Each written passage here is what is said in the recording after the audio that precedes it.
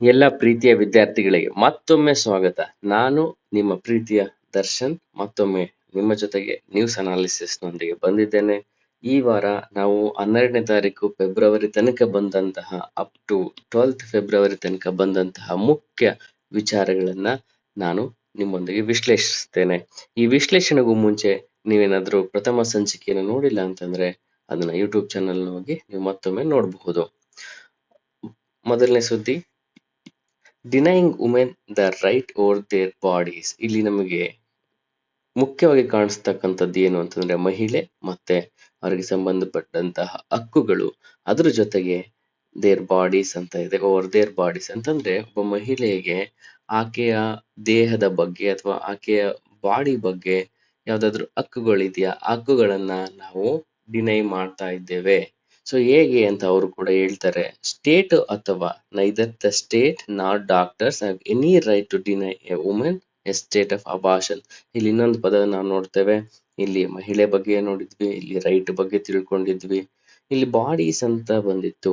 ಇದು ಯಾವ ದೇಹ, ಯಾಕೆ ಇದನ್ನ ಇಲ್ಲಿ ಉಲ್ಲೇಖ ಮಾಡಿದ್ದಾರೆ ಅಂತ ನೋಡಿದಾಗ ಇಲ್ಲಿ ಲಿಂಕ್ ಆಗುವಂಥದ್ದು ಅಬಾರ್ಷನ್. ಅಬಾರ್ಷನ್ ಅಂತಂದ್ರೆ ಕನ್ನಡ ಪದ ಗರ್ಭಪಾತ ಅಂತಕ್ಕಂಥದ್ದು.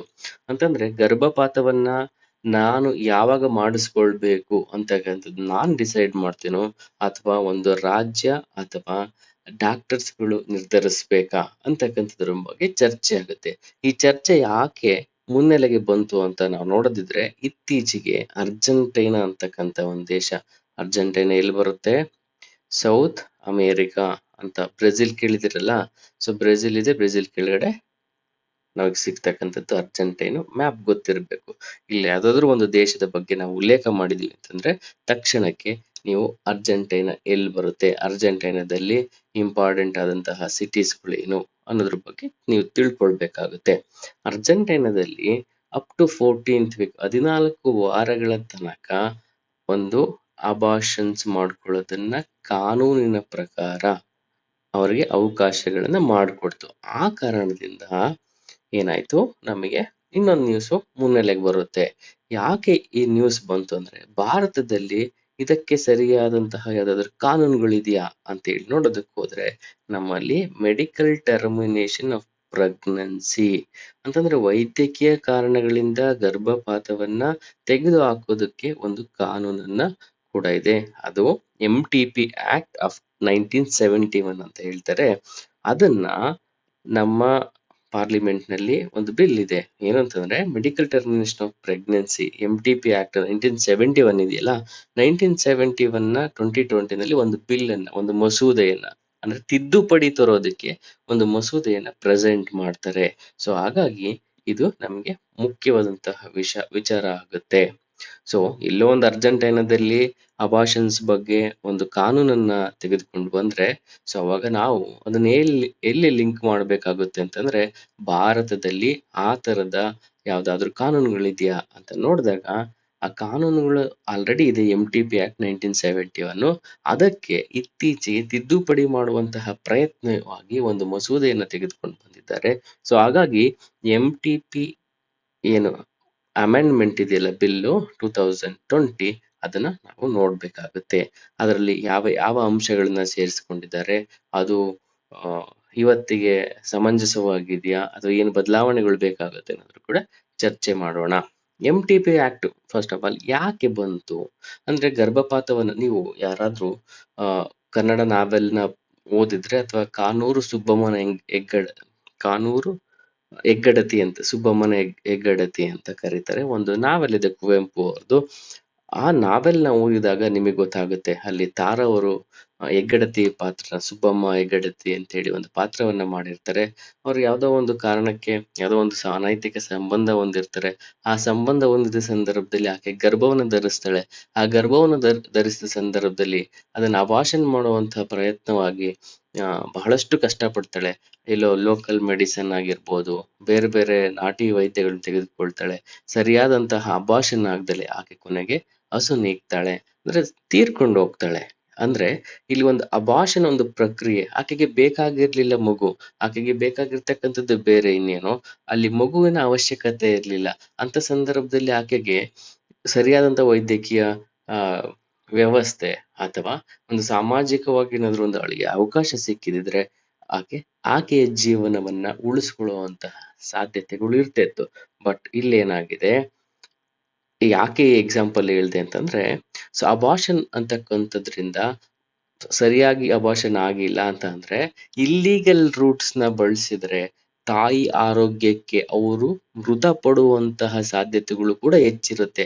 ಸೊ ಆ ಕಾರಣಕ್ಕೋಸ್ಕರ ಲೀಗಲ್ ಆಗಿ ಮಾಡಿಲ್ಲ ಅಂತಂದ್ರೆ ಏನ್ ಮಾಡ್ತಾರೆ ಜನ, ಇಲ್ಲಿಗಲ್ ರೂಟ್ಸ್ ನ ಹುಡ್ಕೊಳ್ತಾ ಹೋಗ್ತಾರೆ. ಇಲ್ಲಿಗಲ್ ರೂಟ್ಸ್ ನ ಹುಡ್ಕೊಳ್ತಾ ಹೋದ್ರೆ ಕಾನೂರು ಸುಬ್ಬಮ್ಮನ ಹೆಗ್ಗಡತಿ ಕಾದಂಬರಿನಲ್ಲಿ ಬರ್ತಕ್ಕಂತಹ ಏನ್ ಸುಬ್ಬಮ್ಮನಿಗಾದಂತ ಸ್ಥಿತಿ ಬಹಳಷ್ಟು ಜನಕ್ಕೂ ಆಗುತ್ತೆ. ಆ ಕಾರಣಕ್ಕೋಸ್ಕರ ಅಬಾರ್ಷನ್ನ ಕಾನೂನು ಬಹಳ ಮುಖ್ಯವಾದಂತಹ ಒಂದು ಮುನ್ನೆಲೆಗೆ ಬಂದಿದೆ. ಸೊ ಇಲ್ಲಿ ಏನಾಗುತ್ತೆ ಅಂತ ನಾವು ನೋಡ್ತಾ ಹೋಗೋಣ.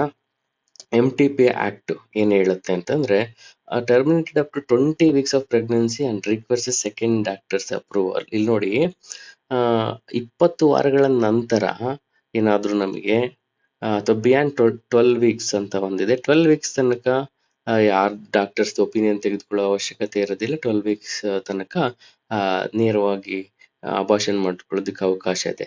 ಮೂಲ 1971 ಅಲ್ಲಿ ಇದ್ದಂಥದ್ದು. ಅದಾದ ನಂತರ 20 ವೀಕ್ ತನಕ ಏನಾದ್ರು ಆಯ್ತು ಅಂತಂದ್ರೆ ಡಾಕ್ಟರ್ಸ್, ಅಂದ್ರೆ ಇಲ್ಲಿ ನಮ್ಗೆ ತಿಳ್ಕೊಳ್ಬೇಕಾಗಿರ್ತಕ್ಕಂಥದ್ದು ವೈದ್ಯರ ಒಂದು ಅನುಮತಿ ಬೇಕಾಗುತ್ತೆ.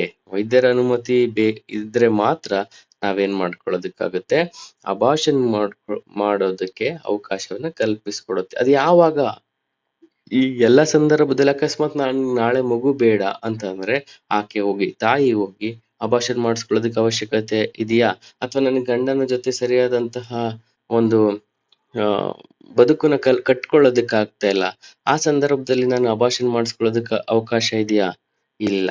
ಸೊ ಯಾವಾಗ ಹೇಳ್ತಾರೆ ಅಂತಂದ್ರೆ, only medical reasons, grave risk to the physical or mental health ಅಂತಂದ್ರೆ, ಇಲ್ಲಿ ನೋಡಿ, ನನಗೆ ಸಾಮಾಜಿಕವಾಗಿ ಬದುಕೋದಿಕ್ಕೆ ಅಥವಾ ಸಾಮಾಜಿಕವಾಗಿ ನನಗೆ ಮಗು ಬೇಡ ಅಂತಂದ್ರೆ ನಾನು ಅಬಾರ್ಷನ್ ಮಾಡಿಸ್ಕೊಳ್ಳೋದಕ್ಕೆ ಸಾಧ್ಯ ಇಲ್ಲ. ಇಲ್ಲಿ ಹೇಳ್ತಿರ್ತಕ್ಕಂಥದ್ದು ಫಿಸಿಕಲ್ ಅಥವಾ ದೈಹಿಕವಾಗಿ ಅಥವಾ ಮೆಂಟಲಿ ಏನಾದ್ರೂ ತುಂಬಾ ಕಠಿಣವಾದಂತ ಸ್ಥಿತಿಯಲ್ಲಿ ಮಾತ್ರ ನಾವು ಅಬಾರ್ಷನ್ ಮಾಡಿಸ್ಕೊಳ್ಳೋದಕ್ಕೆ ಸಾಧ್ಯ ಇರ್ತಕ್ಕಂಥದ್ದು. ಅದೇ ರೀತಿನಲ್ಲಿ if the pregnancy results from the sex crime such as a rape or intercourse with the mentally challenged women, ಈ ಒಂದೆರಡು ಅಂಶಗಳನ್ನು ಆಡ್ ಮಾಡಿರ್ತಾರೆ. ಅಂದ್ರೆ ಅತ್ಯಾಚಾರಕ್ಕೊಳಗಾದಂತ ಸಂದರ್ಭದಲ್ಲಿ ಆಕೆಗೆ ಮಗುವನ್ನ ಅಬಾರ್ಷನ್ ಮಾಡಿಸ್ಕೊಳ್ಳೋದಕ್ಕೆ, ಅಂದ್ರೆ ಗರ್ಭಪಾತವನ್ನ ಮಾಡಿಸ್ಕೊಳ್ಳೋದಕ್ಕೆ ಲೀಗಲಿ ಕಾನೂನಿನ ಪ್ರಕಾರವಾಗಿ ಅವಕಾಶಗಳನ್ನ ಮಾಡಿಕೊಟ್ಟಿದ್ದಾರೆ. ಸೊ ಈಗ ಇಲ್ಲಿ ಬಂದಿರತಕ್ಕಂಥದ್ದು ಒಂದು ಕಾನೂನು ಮತ್ತೆ ಮೆಡಿಕಲ್ ಡಿಬೇಟ್ಸ್. ಸೊ ಒಬ್ಬ ತಾಯಿಗೆ ಆಕೆಯ ದೇಹದ ಬಗ್ಗೆ ಒಂದು ರೈಟ್ಸ್ ಇದೆಯೋ ಇಲ್ವೋ, ಆಕೆಗೆ ಬೇಕಾಗಿಲ್ಲ ಅಂತ ಅನ್ಕೊಳ್ತೀವಿ. ಇಲ್ಲಿ ಏನ್ ಹೇಳ್ತಿದ್ದಾರೆ, ಪರ್ಸನಲ್ ರೀಸನ್ಸ್, ವೈಯಕ್ತಿಕ ಕಾರಣಗಳಾಗಿರುತ್ತೆ. ಆ ಸಂದರ್ಭದಲ್ಲಿ ಅಕಸ್ಮಾತ್ ಆಕೆಗೆ ಏನಾದ್ರು ಫಾರ್ ಎಕ್ಸಾಂಪಲ್ 24 weeks ಅಥವಾ 26, 28, 30 weeks ಅಥವಾ 6 ತಿಂಗಳಾಗಿದೆ ತಿಳ್ಕೊಳ್ಳಿ, ಅವಾಗ ಗರ್ಭಪಾತ ಮಾಡಿಸ್ಕೊಳ್ಳೋದಕ್ಕೆ ಅವಕಾಶ ಇದೆಯಾ? ಆ ಸಂದರ್ಭದಲ್ಲಿ ಗರ್ಭಪಾತವನ್ನ ಮಾಡಿಸ್ಕೊಳ್ಳೋದಕ್ಕೆ ಅವಕಾಶಗಳಿಲ್ಲ. ಈಗ ಆಲ್ರೆಡಿ ನಾನು ಡಿಬೇಟ್ ಮಾಡಿದ್ದೀನಿ, ವೈಯಕ್ತಿಕ ಕಾರಣಗಳು ಬಹಳಷ್ಟು ಇರ್ತದೆ. ಆ ಬದುಕು ಬೇಡ ಅಂತಂದ್ಮೇಲೆ ಆ ಬದುಕಿಗೆ ಸಂಬಂಧಪಟ್ಟಂತಹ ಒಂದು ಸಂತಾನದ ಅವಶ್ಯಕತೆ ಇಲ್ಲ ಅಂತಂದ್ರೆ ಆಕೆಗೆ ರೈಟ್ ಸಿಗಬೇಕು ಅಂತಕ್ಕಂಥದ್ದು ಇವಾಗಿನ ವಾದ.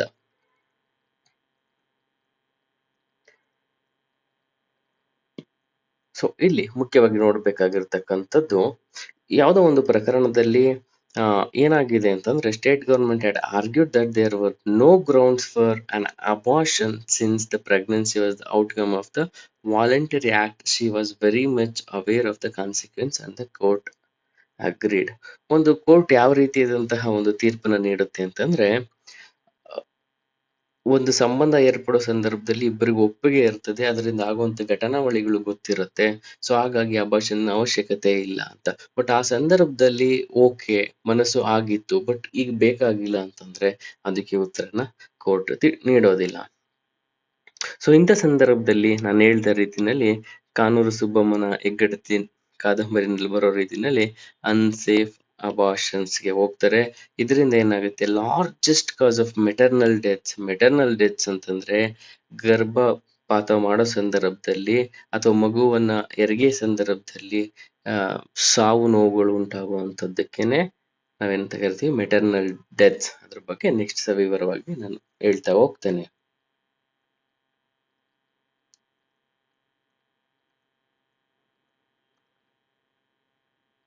ಅದಾದ ನಂತರ ಈ ಬಿಲ್ ನಲ್ಲಿ ಏನಿದೆ ಅಂತಕ್ಕಂಥದ್ದನ್ನ ನಾವು ಸವಿವರವಾಗಿ ನೋಡೋಣ. ಈ ಬಿಲ್ ನಲ್ಲಿ ಇರ್ತಕ್ಕಂಥದ್ದು MTP ಆಕ್ಟ್ 1971 ಇದು ಹಳೆಯ ಕಾಯ್ದೆ. ಆ ಹಳೆಯ ಕಾಯ್ದೆಯನ್ನ ನಾವೇನ್ ಮಾಡ್ತಾ ಇದ್ದೀವಿ, ತಿದ್ದುಪಡಿ ಮಾಡ್ತಾ ಇದ್ದೇವೆ. ಇಲ್ಲಿರ್ತಕ್ಕಂತಹ ಪ್ರಮುಖವಾದಂತಹ ವಿಚಾರಗಳು ಏನಿದೆ ಅಂತ ಹೇಳಿ ನೋಡೋಣ. ಮೊದಲು ಫಾರ್ ಎಕ್ಸಾಂಪಲ್ 12 ತಿಂಗಳು 12 ವೀಕ್ಸ್ ಅಂತಂದ್ರೆ 3 months ಒಳಗಡೆ ಏನಾದ್ರೂ ಗರ್ಭಪಾತ ಮಾಡಿಸ್ಕೊಳ್ಬೇಕು ಅಂತಂದ್ರೆ MTP ಆಕ್ಟ್ ಪ್ರಕಾರ ಒಬ್ಬ ವೈದ್ಯರ ಅನುಮತಿ ಬೇಕಾಗಿತ್ತು. ಇಲ್ಲಿ ಕೂಡ ಹಾಗೇನೆ. 12 to 20 weeks advice of 2 doctors ಇತ್ತು. ಈಗ ಅಪ್ ಟು 20 weeks ತನಕ ಒಬ್ಬ ವೈದ್ಯರು, ಇಲ್ಲಿರ್ತಕ್ಕಂಥದ್ದು 2 ಡಾಕ್ಟರ್ಸ್ ಬೇಕಾಗಿತ್ತು. ನನಗೆ ಅಬಾರ್ಷನ್ ಮಾಡಿಸ್ಕೊಳ್ಬೇಕು ಅಂತಂದ್ರೆ 2 ಡಾಕ್ಟರ್ನ ನಾವು ಕನ್ಸಲ್ಟ್ ಮಾಡ್ಬೇಕಾಗಿತ್ತು, ಅವ್ರದ್ದು ಪರ್ಮಿಷನ್ಸ್ ಬೇಕಾಗಿತ್ತು. ಈಗ ಇದನ್ನ ರಿಲ್ಯಾಕ್ಸ್ ಮಾಡಿದ್ದಾರೆ. ಅಂದ್ರೆ ಅಪ್ ಟು 20 weeks ತನಕ ಸಾಮಾನ್ಯವಾಗಿ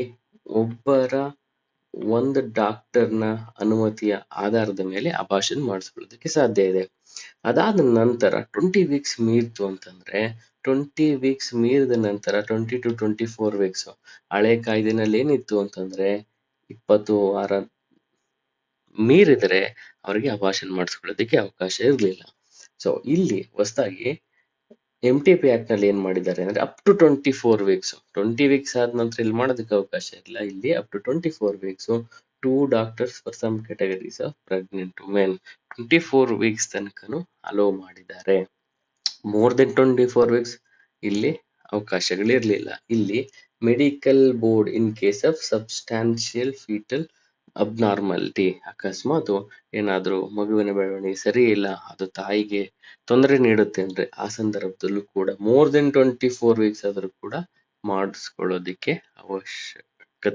ಅವಶ್ಯಕತೆ ಇದ್ದಾಗ ಅವಕಾಶಗಳನ್ನ ಮಾಡಿಕೊಡಲಾಗಿದೆ. Any time during the pregnancy 1 doctor if immediately necessary to save the pregnant of women's life.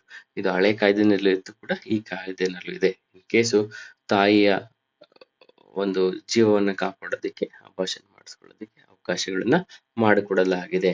ಇಲ್ಲಿ ನಾವು ತಿಳ್ಕೊಳ್ತಕ್ಕಂಥದ್ದು ಏನು ಅಂತಂದ್ರೆ ಮೊದಲನೇ ಡಿಫ್ರೆನ್ಸ್ ಏನು MTP ಆಕ್ಟ್ ಮತ್ತೆ MTP ಆಕ್ಟ್ ತಿದ್ದುಪಡಿನಲ್ಲಿರ್ತಕ್ಕಂಥದ್ದು ಏನು ಅಂತ ಹೇಳಿ ತಿಳ್ಕೊಳ್ಬಹುದು. ಅದಾದ ನಂತರ ಇಲ್ಲಿ ಪರ್ಸನಲ್ ಚಾಯ್ಸ್ಗೆ ಯಾವುದೇ ಆದಂತಹ ಅವಕಾಶಗಳನ್ನ ಕಲ್ಪಿಸ್ಕೊಟ್ಟಿಲ್ಲ. ಅದಾದ ನಂತರ ಟ್ರಾನ್ಸ್ಜೆಂಡರ್ ಬಗ್ಗೆ ಅವ್ರಿಗೆ ಏನಾದ್ರು ಈ ತರದ ಸಮಸ್ಯೆಗಳು ಆಯ್ತು ಅಂತಂದಾಗ ಅವರು ಕೂಡ ಅವಕಾಶಗಳನ್ನ ಅಥವಾ ಈ ಮಸೂದೆನಲ್ಲಿ ಅವ್ರ ಬಗ್ಗೆ ಉಲ್ಲೇಖಿಸೋದೇ ಇಲ್ಲ. ಅದು ಕೂಡ ಇಲ್ಲಿ ನೆಗೆಟಿವ್ ಪಾಯಿಂಟ್ಸ್ ಆಗ್ತದೆ. ಇಲ್ಲಿ ಇಂಪಾರ್ಟೆಂಟ್ ನಾವು ನೋಡ್ತಾ ಇದ್ದ ಸಂದರ್ಭದಲ್ಲಿ ಮೆಟರ್ನಲ್ ಮೋರ್ಟಾಲಿಟಿ ರೇಟ್ ಅಂತ ಕರಿತೀವಿ. ಅಂತಂದ್ರೆ ಹೆರಿಗೆ ಸಂದರ್ಭದಲ್ಲಿ ಮರಣ ಹೊಂದತಕ್ಕಂತಹ ಒಂದು ಏನು ಸಾವಿದೆಯಲ್ಲ ಅಂತದಕ್ಕೆ ಮೆಟರ್ನಲ್ ಮೋರ್ಟಾಲಿಟಿ ಅಂತ ಕರೀತಾರೆ. ಮೆಟರ್ನಲ್ ಮೋರ್ಟಾಲಿಟಿ ರೇಟ್ ಅಂತಂದ್ರೆ 1 ಲಕ್ಷ ಮಕ್ಕಳಿಗೆ ಜನ್ಮ ಕೊಟ್ಟ ಸಂದರ್ಭದಲ್ಲಿ ಎಷ್ಟು ತಾಯಂದಿರು ಮರಣ ಹೊಂದುತ್ತಾರೆ ಅಂತಕ್ಕಂಥದ್ದು. ಇದು WHO ಡೆಫಿನೇಷನ್. WHO ಅಂದ್ರೆ ನಿಮಗೆ ಗೊತ್ತೇ ಇದೆ, ವರ್ಲ್ಡ್ ಹೆಲ್ತ್ ಆರ್ಗನೈಸೇಷನ್. ಅದು ಹೇಳೋ ಪ್ರಕಾರ ಮೆಟರ್ನಲ್ ಮೋರ್ಟಾಲಿಟಿ ರೇಟ್ ಅಂತಂದ್ರೆ 1 ಲಕ್ಷ ಮಗುವಿಗೆ ಜನ್ಮ ಕೊಟ್ಟ ಸಂದರ್ಭದಲ್ಲಿ ಎಷ್ಟು ತಾಯಂದಿರು ತೀರ್ಕೊಳ್ತಾರೆ ಅಂತಕ್ಕಂಥದ್ದು. ಯಾಕೆ MMR ಮೆಟರ್ನಲ್ ಮೋರ್ಟಾಲಿಟಿ ರೇಟ್ ಕಮ್ಮಿ ಆಗ್ತಿದೆ ಭಾರತದಲ್ಲಿ ಅಂತಕ್ಕಂಥದ್ದು ನೋಡಿದಾಗ ನಿಮಗೆ ಗೊತ್ತಿರ್ಬೋದು, ಭಾರತದಲ್ಲಿ ಒಂದು ಯೋಜನೆ ಬರುತ್ತೆ. ಆ ಯೋಜನೆ ಪ್ರಕಾರ ಹಾಸ್ಪಿಟಲ್ಸ್ ನಲ್ಲಿ ಯಾರು ಡೆಲಿವರಿ ಆಗ್ತಾರೆ ಆ ಡೆಲಿವರಿ ಆದಂತವರಿಗೆ ಇಂತಿಷ್ಟು ಹಣವನ್ನು ಕೊಡುವಂಥದ್ದು, ಅವ್ರಿಗೆ ಫುಡ್ಗೆ ಹಣ ಕೊಡುವಂಥದ್ದು, ಅವ್ರಿಗೆ ಹೆರಿಗೆಯನ್ನ ಫ್ರೀಯಾಗಿ ಮಾಡಿ ಕೊಡುವಂಥದ್ದು. ಇದನ್ನ ಇನ್ಸ್ಟಿಟ್ಯೂಷನಲ್ ಡೆಲಿವರೀಸ್ ಅಂತ ಕರೀತಾರೆ. ಇದು ಹೆಚ್ಚೆಚ್ಚು ರಿಜಿಸ್ಟ್ರೇಷನ್ ಆಗಿರೋ ಕಾರಣದಿಂದ ಇನ್ಸ್ಟಿಟ್ಯೂಷನಲ್ ಡೆಲಿವರೀಸ್ ಆರ್ ಅಬೌವ್ 95%. ಮುಂಚೆ ಏನಾಗ್ತಿತ್ತು, ಸೂಲಗಿತ್ತಿಯವರು ಅಂತ ಕರಿತಿದ್ರು, ಅಥವಾ ಹಳ್ಳಿನಲ್ಲಿ ಅಲ್ಲೇನೆ ಯಾರೋ ಒಬ್ರು ಅವ್ರು ವೈದ್ಯರಾಗಿರ್ತಕ್ಕಂಥವ್ರಲ್ಲ ಅಥವಾ ತರಬೇತಿ ಪಡೆದುಕೊಂಡಿರ್ತಕ್ಕಂಥವ್ರು ಆಗಿರೋದಿಲ್ಲ.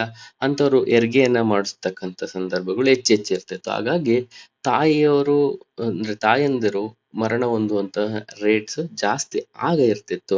ಸೊ ಅದಕ್ಕೋಸ್ಕರ ಸರ್ಕಾರ ಏನ್ ಮಾಡ್ತು ಅಂತಂದ್ರೆ ಇನ್ಸ್ಟಿಟ್ಯೂಷನಲ್ ಡೆಲಿವರೀಸ್ ಆಸ್ಪತ್ರೆಗಳಲ್ಲಿ ಹೆರಿಗೆಯನ್ನ ಮಾಡಿಸೋದಕ್ಕೆ ಆ ಒಂದು ಕಾರ್ಯಕ್ರಮಕ್ಕೆ ಹೆಚ್ಚೆಚ್ಚು ಒತ್ತು ಕೊಟ್ಟಿದ್ರಿಂದ ಅದು ಇತ್ತೀಚೆಗೆ 95% ಯಾಕೆ MMR ದರ ಮೆಟರ್ನಲ್ ಮೋರ್ಟಾಲಿಟಿ ರೇಟ್ ದರ ಭಾರತದಲ್ಲಿ ಕಮ್ಮಿ ಆಗ್ತಿದೆ ಅಂತಂದ್ರೆ ಈ ಪಾಯಿಂಟ್ ನ ನಾವು ಬಳಸ್ಕೊಳ್ಬೇಕಾಗತ್ತೆ. ಇನ್ಸ್ಟಿಟ್ಯೂಷನಲ್ ಡೆಲಿವರೀಸ್ ಜಾಸ್ತಿ ಆಗ್ತಿದೆ ಅಂತ.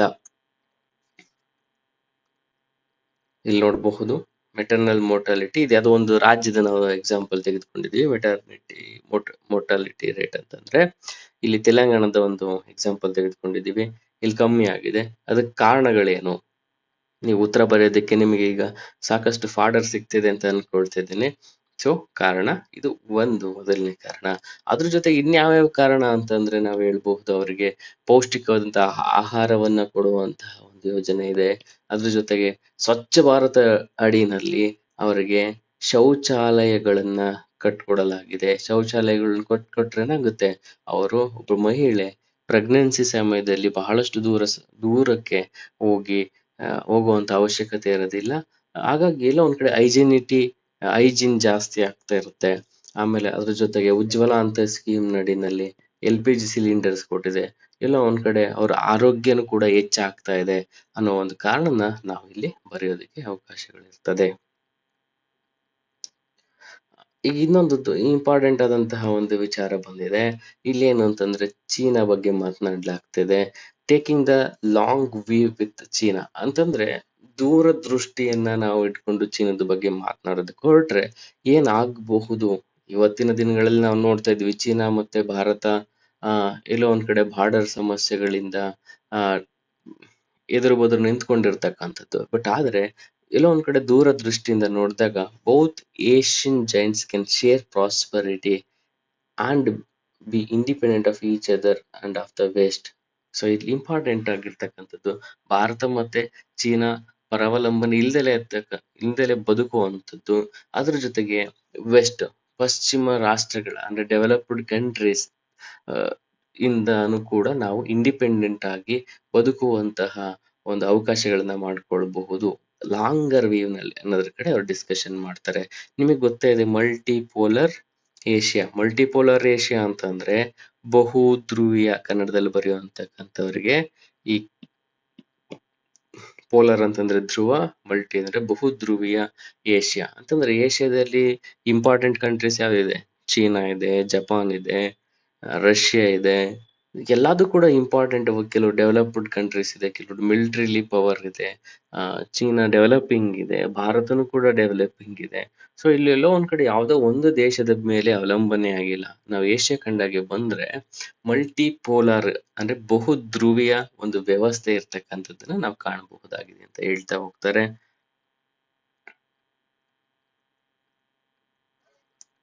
ಅದಾದ ನಂತರ ಇನ್ನೊಂದು ಪ್ರಮುಖವಾದಂತಹ ವಿಚಾರವನ್ನ ಹೇಳ್ತಾ ಹೋಗ್ತಾರೆ. ಏನ್ ಹೇಳ್ತಿದ್ದಾರೆ ಅಂತಂದ್ರೆ ರಷ್ಯಾದ ಬಗ್ಗೆ. ರಷ್ಯಾದ ಜೊತೆಗೆ ನಾವು ಇತ್ತೀಚಿನ ದಿನದಲ್ಲಿ ನಾವು ಅಮೆರಿಕದ ಜೊತೆಗೆ ಯುನೈಟೆಡ್ ಸ್ಟೇಟ್ಸ್ ಆಫ್ ಅಮೆರಿಕದ ಜೊತೆಗೆ ಹೆಚ್ಚೆಚ್ಚು ವ್ಯಾಪಾರ ವ್ಯವಹಾರಗಳನ್ನ ಮಾಡ್ತಿದ್ರು ಕೂಡ ಇವತ್ತಿಗೂ ಕೂಡ 3/4 ಆಫ್ ದ ಡಿಫೆನ್ಸ್ ಎಕ್ವಿಪ್ಮೆಂಟ್ ಅಥವಾ ಮಿಲಿಟರಿ ಎಕ್ವಿಪ್ಮೆಂಟ್ ನಾವು ಇವತ್ತಿಗೂ ರಷ್ಯಾದಿಂದ ಖರೀದಿ ಮಾಡ್ತಾ ಇದ್ದೇವೆ.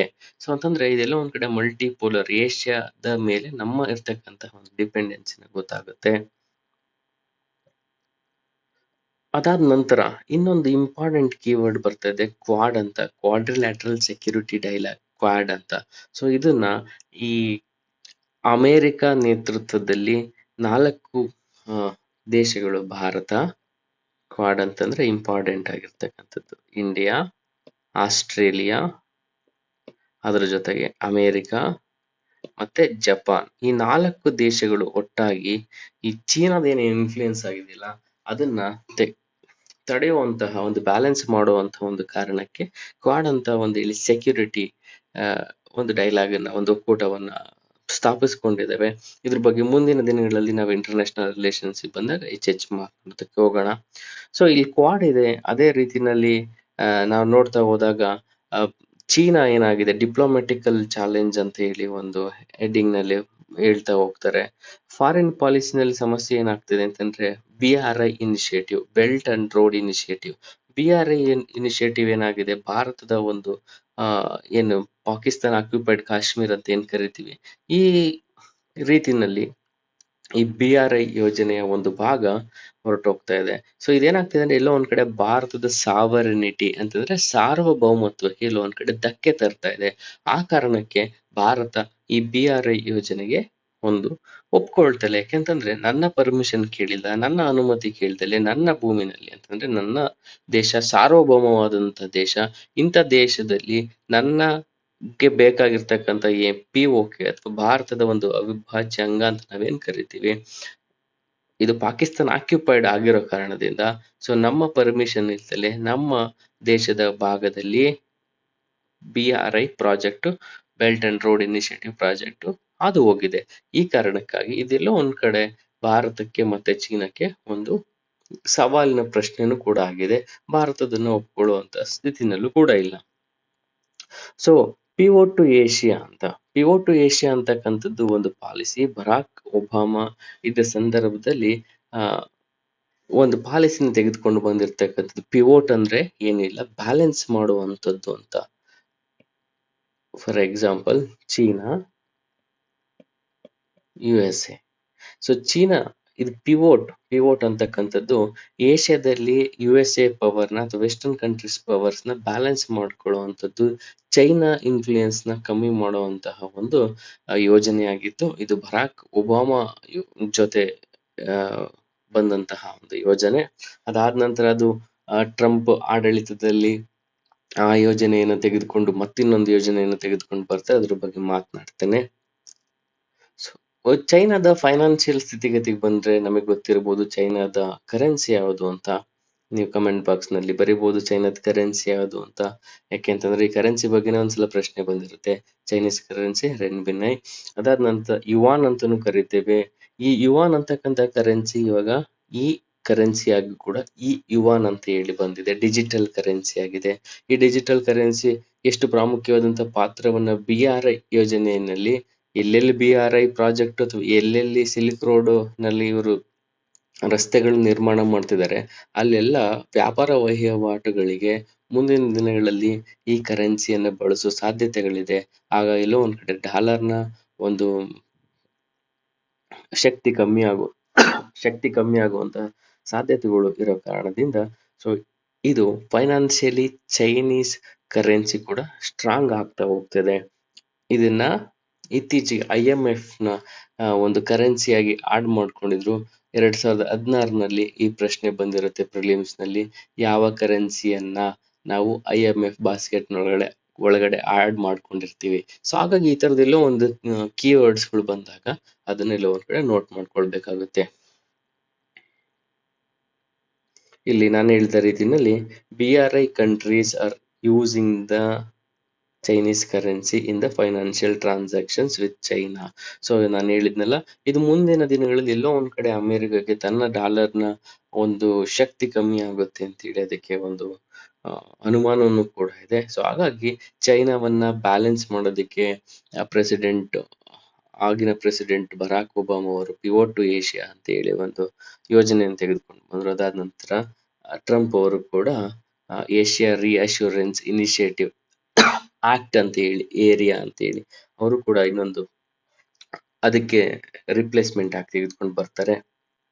ಸೊ ಇಲ್ಲಿ ನಾವು ಒಂದು ರೀತಿಯಲ್ಲಿ ನೋಡ್ತಾ ಇದ್ರೆ ಇಲ್ಲಿ ಎಲ್ಲ ಒಂದ್ ಕಡೆ ಡಿಪ್ಲೊಮ್ಯಾಟಿಕ್ ಚಾಲೆಂಜ್ ಇದೆ, ಇನ್ನೊಂದ್ ಕಡೆ ಫೈನಾನ್ಷಿಯಲಿ ಚೈನಾ ತುಂಬಾ ಮುಂದುವರಿತಾ ಇದೆ, ತುಂಬಾ ಸ್ಟ್ರಾಂಗ್ ಆಗ್ತಿದೆ ಅಂತ ಹೇಳ್ತಾರೆ.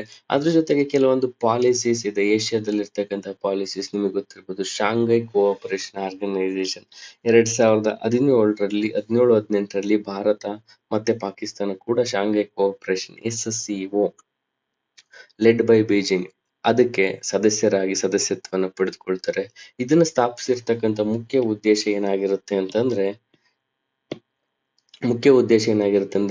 ವೆಸ್ಟರ್ನ್ ಕಂಟ್ರೀಸ್ ನಲ್ಲಿ ಇರ್ತಕ್ಕಂತಹ ಏನು ಸೆಕ್ಯೂರಿಟೀಸ್ ಅಥವಾ ಏನ್ ಡಿಫೆನ್ಸ್ ಅದಕ್ಕೆ ತದ್ವಿರುದ್ಧವಾಗಿ ಅಲ್ಲಿರ್ತಕ್ಕಂತಹ ಪಾರಮ್ಯತೆಯನ್ನ ಕಮ್ಮಿ ಮಾಡೋದಕ್ಕೆ ಹೇಳಿ ಶಾಂಘೈ ಕೋಆಪರೇಷನ್ ಸ್ಥಾಪನೆ ಮಾಡ್ತಾರೆ. ಭಾರತನೂ ಕೂಡ ಅದ್ರ ಅವಿಭಾಜ್ಯದ ಅಂಗ ಆಗಿದೆ. ಇಲ್ಲಿ ಒಂದ್ ಕಡೆ SCOದು ನಾವು ಸದಸ್ಯರಾಗಿದ್ದೀವಿ, ಇನ್ನೊಂದ್ ಕಡೆ ಕ್ವಾಡ್ ಸದಸ್ಯರು ಆಗಿದ್ದೀವಿ. ಸೊ ಹಾಗಾಗಿ ಎಲ್ಲೋ ಒಂದ್ ಕಡೆ ಒಂದು ಡೈಲಮಾ ಆದಂತಹ ಒಂದು ಸಿಚುವೇಶನ್ ಬರುತ್ತೆ. ಆ ಸಿಚುವೇಶನ್ ಯಾವ ರೀತಿಯಾಗಿ ಹ್ಯಾಂಡಲ್ ಮಾಡ್ಬೇಕು ಅಂತಕ್ಕಂಥದ್ದು ನಿಮ್ಮ ಉತ್ತರಗಳಲ್ಲಿ ಬರೆಯೋದಕ್ಕೆ, ಅಥವಾ ನೀವು ಅದ್ರ ಬಗ್ಗೆ ಯೋಚನೆ ಮಾಡ್ಬೇಕು. ಅಲ್ಲೂ ಮೆಂಬರ್ ಇದೀವಿ, ಇಲ್ಲೂ ಮೆಂಬರ್ ಇದೀವಿ. ಬಟ್ SCO ಅಂತಕ್ಕಂಥದ್ದು ವೆಸ್ಟರ್ನ್ ಪವರ್ಸ್ ನ ನಾವೆಲ್ಲೋ ಒಂದ್ ಕಡೆ ಅದ್ರ ವಿರುದ್ಧವಾಗಿ ಮಾಡ್ಕೊಂಡಂತಕ್ಕಂಥದ್ದು, ಕ್ವಾಡು ಚೈನಾನ ವಿರುದ್ಧವಾಗಿರ್ತಕ್ಕಂಥದ್ದು. ಇದೆಲ್ಲ ಒಂದ್ ಕಡೆ ಕಾನ್ಫ್ಲಿಕ್ಟ್ ಆಗ್ತಿರೋದನ್ನ ನಾವು ನೋಡಬಹುದಾಗಿದೆ. ಮತ್ ಪ್ರಶ್ನೆ ಕೇಳ್ಬೋದು ಎಲ್ಲಾದ್ರೂ ಒಂದ್ ಕಡೆ, ಸೊ ಕ್ವಾಡ್ ಕಂಟ್ರೀಸ್ ಯಾವುದು ಅಂತ ಕೇಳ್ಬಹುದು. ಸೊ ಕ್ವಾಡ್ ಕಂಟ್ರೀಸ್ ಯಾವುದು ಅಂತ ಕೇಳಿದ್ರೆ ನಿಮ್ಗೆ ಈಗಾಗ್ಲೇ ಗೊತ್ತಾಗಿದೆ. ಯಾವ್ದು ಹೇಳಿ? ಇಂಡಿಯಾ, ಅದಾದ ನಂತರ Australia, America, Japan, Quad countries. ಇದು ಜ್ಞಾಪಕ ಇರಬೇಕು. ಅದಾದ ನಂತರ ಇನ್ನೊಂದು ಕೀವರ್ಡ್ಸ್ ಬರ್ತದೆ. ಇಲ್ಲಿ ನಮ್ಗೆ ಕಂಟೆಂಟ್ ಗಿಂತ ಇಂಪಾರ್ಟೆಂಟ್ ಯಾವ ಇಂಪಾರ್ಟೆಂಟ್ ಇನ್ಸ್ಟಿಟ್ಯೂಷನ್ಸ್ ಇದೆ, ಫಾರಿನ್ ಇನ್ಸ್ಟಿಟ್ಯೂಷನ್ಸ್ ಇದೆ, ಆ ಕೀವರ್ಡ್ಸ್ ಏನಿದೆ ಅಂತಕ್ಕಂಥದ್ದು ತಿಳ್ಕೊಳ್ಳುವಂಥದ್ದು. ಏಷ್ಯಾನ್ ಅಂತಕ್ಕಂಥದ್ದು ನಾವು ಮುಂದಿನ ದಿನಗಳಲ್ಲಿ ನೋಡೋಣ, ಬಹಳಷ್ಟು ನ್ಯೂಸ್ ಬರ್ತಾ ಇರುತ್ತೆ. ಸೊ ಇನ್ನೊಂದು China led Asian Infrastructure Investment Bank, AIIB ಅಂತ ಕರಿತೀವಿ. ಸೊ ಇಲ್ಲಿ ಇಂಪಾರ್ಟೆಂಟ್ ನಿಮಗೆ ತಿಳ್ಕೊಳ್ಬೇಕಾಗಿರ್ತಕ್ಕಂಥದ್ದು ಏನಂದ್ರೆ ಬ್ಯಾಂಕ್ಸ್ ಬಂತು. ಓಕೆ, ಈ ಬ್ಯಾಂಕ್ ಇದೆ, ಸೊ ಬ್ರಿಕ್ಸ್ ಬ್ಯಾಂಕ್ ಇದೆ, ಇನ್ನೊಂದು ಏಷ್ಯನ್ ಡೆವಲಪ್ಮೆಂಟ್ ಬ್ಯಾಂಕ್ ಇದೆ, ವರ್ಲ್ಡ್ ಬ್ಯಾಂಕ್ ಇದೆ. ಸೊ ಇದೆಲ್ಲರೂ ಒಂದ್ ಕಡೆ ಲೀಸ್ಟ್ ಬರ್ಕೊಳ್ಬೇಕು. ಇದಿರ್ತಕ್ಕಂಥ ಹೆಡ್ ಕ್ವಾರ್ಟರ್ಸ್ ಇದೆ, ಆಮೇಲೆ ಇರ್ತಕ್ಕಂಥ ಡಿಫ್ರೆನ್ಸಸ್ ಏನಿದೆ ಅಂತಕ್ಕಂಥದ್ದನ್ನ ನಾವು ಬರ್ಕೊಂಡ್ರೆ ನಿಮ್ ಪ್ರಿಪರೇಷನ್ ಅಲ್ಲಿ ಈಸಿ ಆಗುತ್ತೆ. ಸೊ ಇಲ್ಲಿ ನಾವು ತಿಳ್ಕೊಳ್ತಕ್ಕಂಥದ್ದು ಏನು ಅಂತಂದ್ರೆ AIIB, Asian Infrastructure Investment Bank, AIIB ಏನಕ್ಕೆ ಬೆಲ್ಟ್ ಅಂಡ್ ರೋಡ್ ಇನಿಷಿಯೇಟಿವ್ಗೆ ಫಂಡ್ ಅನ್ನ ಕೊಡ್ತಿದೆ. AIIB ಅಂತಕ್ಕಂಥದ್ದು ಚೈನಾ ಲೆಡ್ ಅಂದ್ರೆ ಚೈನಾದ ನಾಯಕತ್ವದ ಅಡಿನಲ್ಲಿ ಈ ಬ್ಯಾಂಕ್ ನ ಸ್ಥಾಪನೆ ಮಾಡಲಾಗಿದೆ. ಇದನ್ನೆಲ್ಲೋ ಒಂದ್ ಕಡೆ ವರ್ಲ್ಡ್ ಬ್ಯಾಂಕಿಗೆ ವಿರುದ್ಧವಾಗಿ ಅಥವಾ ಏಷ್ಯನ್ ಡೆವಲಪ್ಮೆಂಟ್ ಬ್ಯಾಂಕ್ ವಿರುದ್ಧವಾಗಿ ಮಾಡಲಾಗಿದೆ.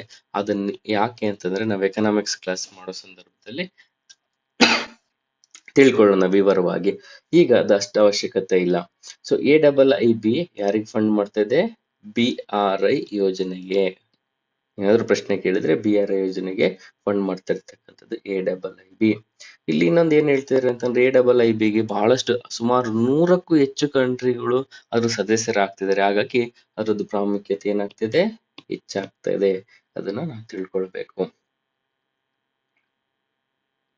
ಮುಂದೆ ಅವ್ರು ಹೋಗ್ತಾ ಹೋಗ್ತಾ ಏನ್ ಹೇಳ್ತಾರೆ ಅಂತಂದ್ರೆ ಆತರು, ಸೊ ಒಂದೆಲ್ಲ ಒಂದ್ ಕಡೆ ಪಾಲಿಸಿ ವಿಕಸನವಂತ ಇದೆ. ಹಾಗಾಗಿ ಭಾರತ ಯಾವಾಗ್ಲೂ ಅಷ್ಟೇ ಇಶ್ಯೂ ಬೇಸ್ಡ್ ಆಗಿ ಎಲ್ಲಿ ಸಮಸ್ಯೆ ಇರುತ್ತೆ ಆ ಸಮಸ್ಯೆ ಆಧಾರಿತವಾಗಿ ಮಾತ್ರನೇ ನಾವು ಒಂದು ಸ್ಟ್ಯಾಂಡಿಂಗ್ ತೆಗೆದುಕೊಳ್ತೀವಿ. ಉದಾಹರಣೆಗೆ ಅಮೆರಿಕ ಟ್ರಂಪ್ ಸರ್ಕಾರದಲ್ಲಿದ್ದಾಗ ಕ್ಲೈಮೇಟ್ ಚೇಂಜ್ ಆಗೇ ಇಲ್ಲ ಅಂತ ಹೇಳಿ ವಾಪಸ್ ಹೊರಟೋಗುತ್ತೆ. ಬಟ್ ಆದ್ರೆ ಭಾರತ ಕ್ಲೈಮೇಟ್ ಜಸ್ಟಿಸ್ ಅಂತ ಹೇಳಿ ಒಂದು ಹೊಸ ಪದವನ್ನ ಹುಟ್ಟು ಹಾಕಿ ಆ ಕ್ಲೈಮೇಟ್ ಜಸ್ಟಿಸ್ ಬೇಕು ಅಂತಂದ್ರೆ ಯಾರು ಇಲ್ಲಿ ತನಕ ಮಾಲಿನ್ಯವನ್ನು ಹೆಚ್ಚು ಮಾಡಿರ್ತಾರೆ ಅವ್ರು ಅದಕ್ಕೆ ಬೆಲೆಯನ್ನ ತೆರಬೇಕಾಗುತ್ತೆ. ಇವಾಗ ಡೆವಲಪ್ಡ್ ಕಂಟ್ರೀಸ್ ಈಗ ತಾನೇ ಅವು ಬೆಳೀತಾ ಇದೆ. ಕಾರ್ಬನ್ ಕಟ್ ಮಾಡಿ ಅಂತಂದ್ರೆ ಡೆವಲಪ್ಮೆಂಟ್ ಇಲ್ಲ ಒಂದ್ ಕಡೆ ತೊಂದರೆ ಆಗುತ್ತೆ. ಹಾಗಾಗಿ ಇದ್ರ ವೆಚ್ಚವನ್ನ ಯಾರು ವಹಿಸ್ಕೊಳ್ಬೇಕಾಗುತ್ತೆ? ಕ್ಲೈಮೇಟ್ ಜಸ್ಟಿಸ್ ಆಧಾರದಲ್ಲಿ ಒಂದು ಸಾಮಾಜಿಕ ನ್ಯಾಯ ಅಂತ ಹೇಗೆ ಕರಿತೀವಲ್ಲ, ಅದೇ ರೀತಿ ಕ್ಲೈಮೇಟ್ ಜಸ್ಟಿಸ್ ಅನ್ನ ಇಲ್ಲಿ ತನಕ ಬಳಸ್ಕೊಂಡಂತಹ ದೇಶಗಳು ಅವರು ಹೊರಬೇಕಾಗುತ್ತೆ ಅಂತ ಹೇಳ್ತಾರೆ. ಸೊ ಅಂದ್ರೆ ಕೊನೆ ಇಶ್ಯೂ ಬೇಸ್ಡ್ ಆಗಿ ಇಲ್ಲಾರು ಫಾರ್ ಎಕ್ಸಾಂಪಲ್ ಏನಾದ್ರು ಉತ್ತರ ಬರೆಯೋ ಸಂದರ್ಭದಲ್ಲಿ ನಿಮ್ಗೆ ಈ ತರದ ಪ್ರಶ್ನೆಗಳು ಎದುರಾದಾಗ ಏನ್ ಮಾಡ್ಬೇಕಾಗುತ್ತೆ? ನೀವು ಇಶ್ಯೂ ಬೇಸ್ಡ್ ಆಗಿ, ಉದಾಹರಣೆಗೆ ಭಾರತ ಇರಾನ್ ಒಂದಿಗೂ ಒಂದು ಇಂಟರ್ನ್ಯಾಷನಲ್ ರಿಲೇಷನ್ ಒಂದು ಒಳ್ಳೆ ಉತ್ತಮ ಸಂಬಂಧ ಹೊಂದಿದೆ, ಇಸ್ರೇಲ್ ಒಂದಿಗೂ ಉತ್ತಮ ಸಂಬಂಧವನ್ನು ಹೊಂದಿದೆ. ಸೊ ಇವೆರಡು ಯಾವಾಗ್ಲೂ ಫೈಟಿಂಗ್ ಆಡ್ತಾ ಇರ್ತಾರೆ, ಇವರಿಬ್ರಿಗೂ ಯಾರಿಗೂ ಹೊಂದಿಕೆನೆ ಆಗೋದಿಲ್ಲ.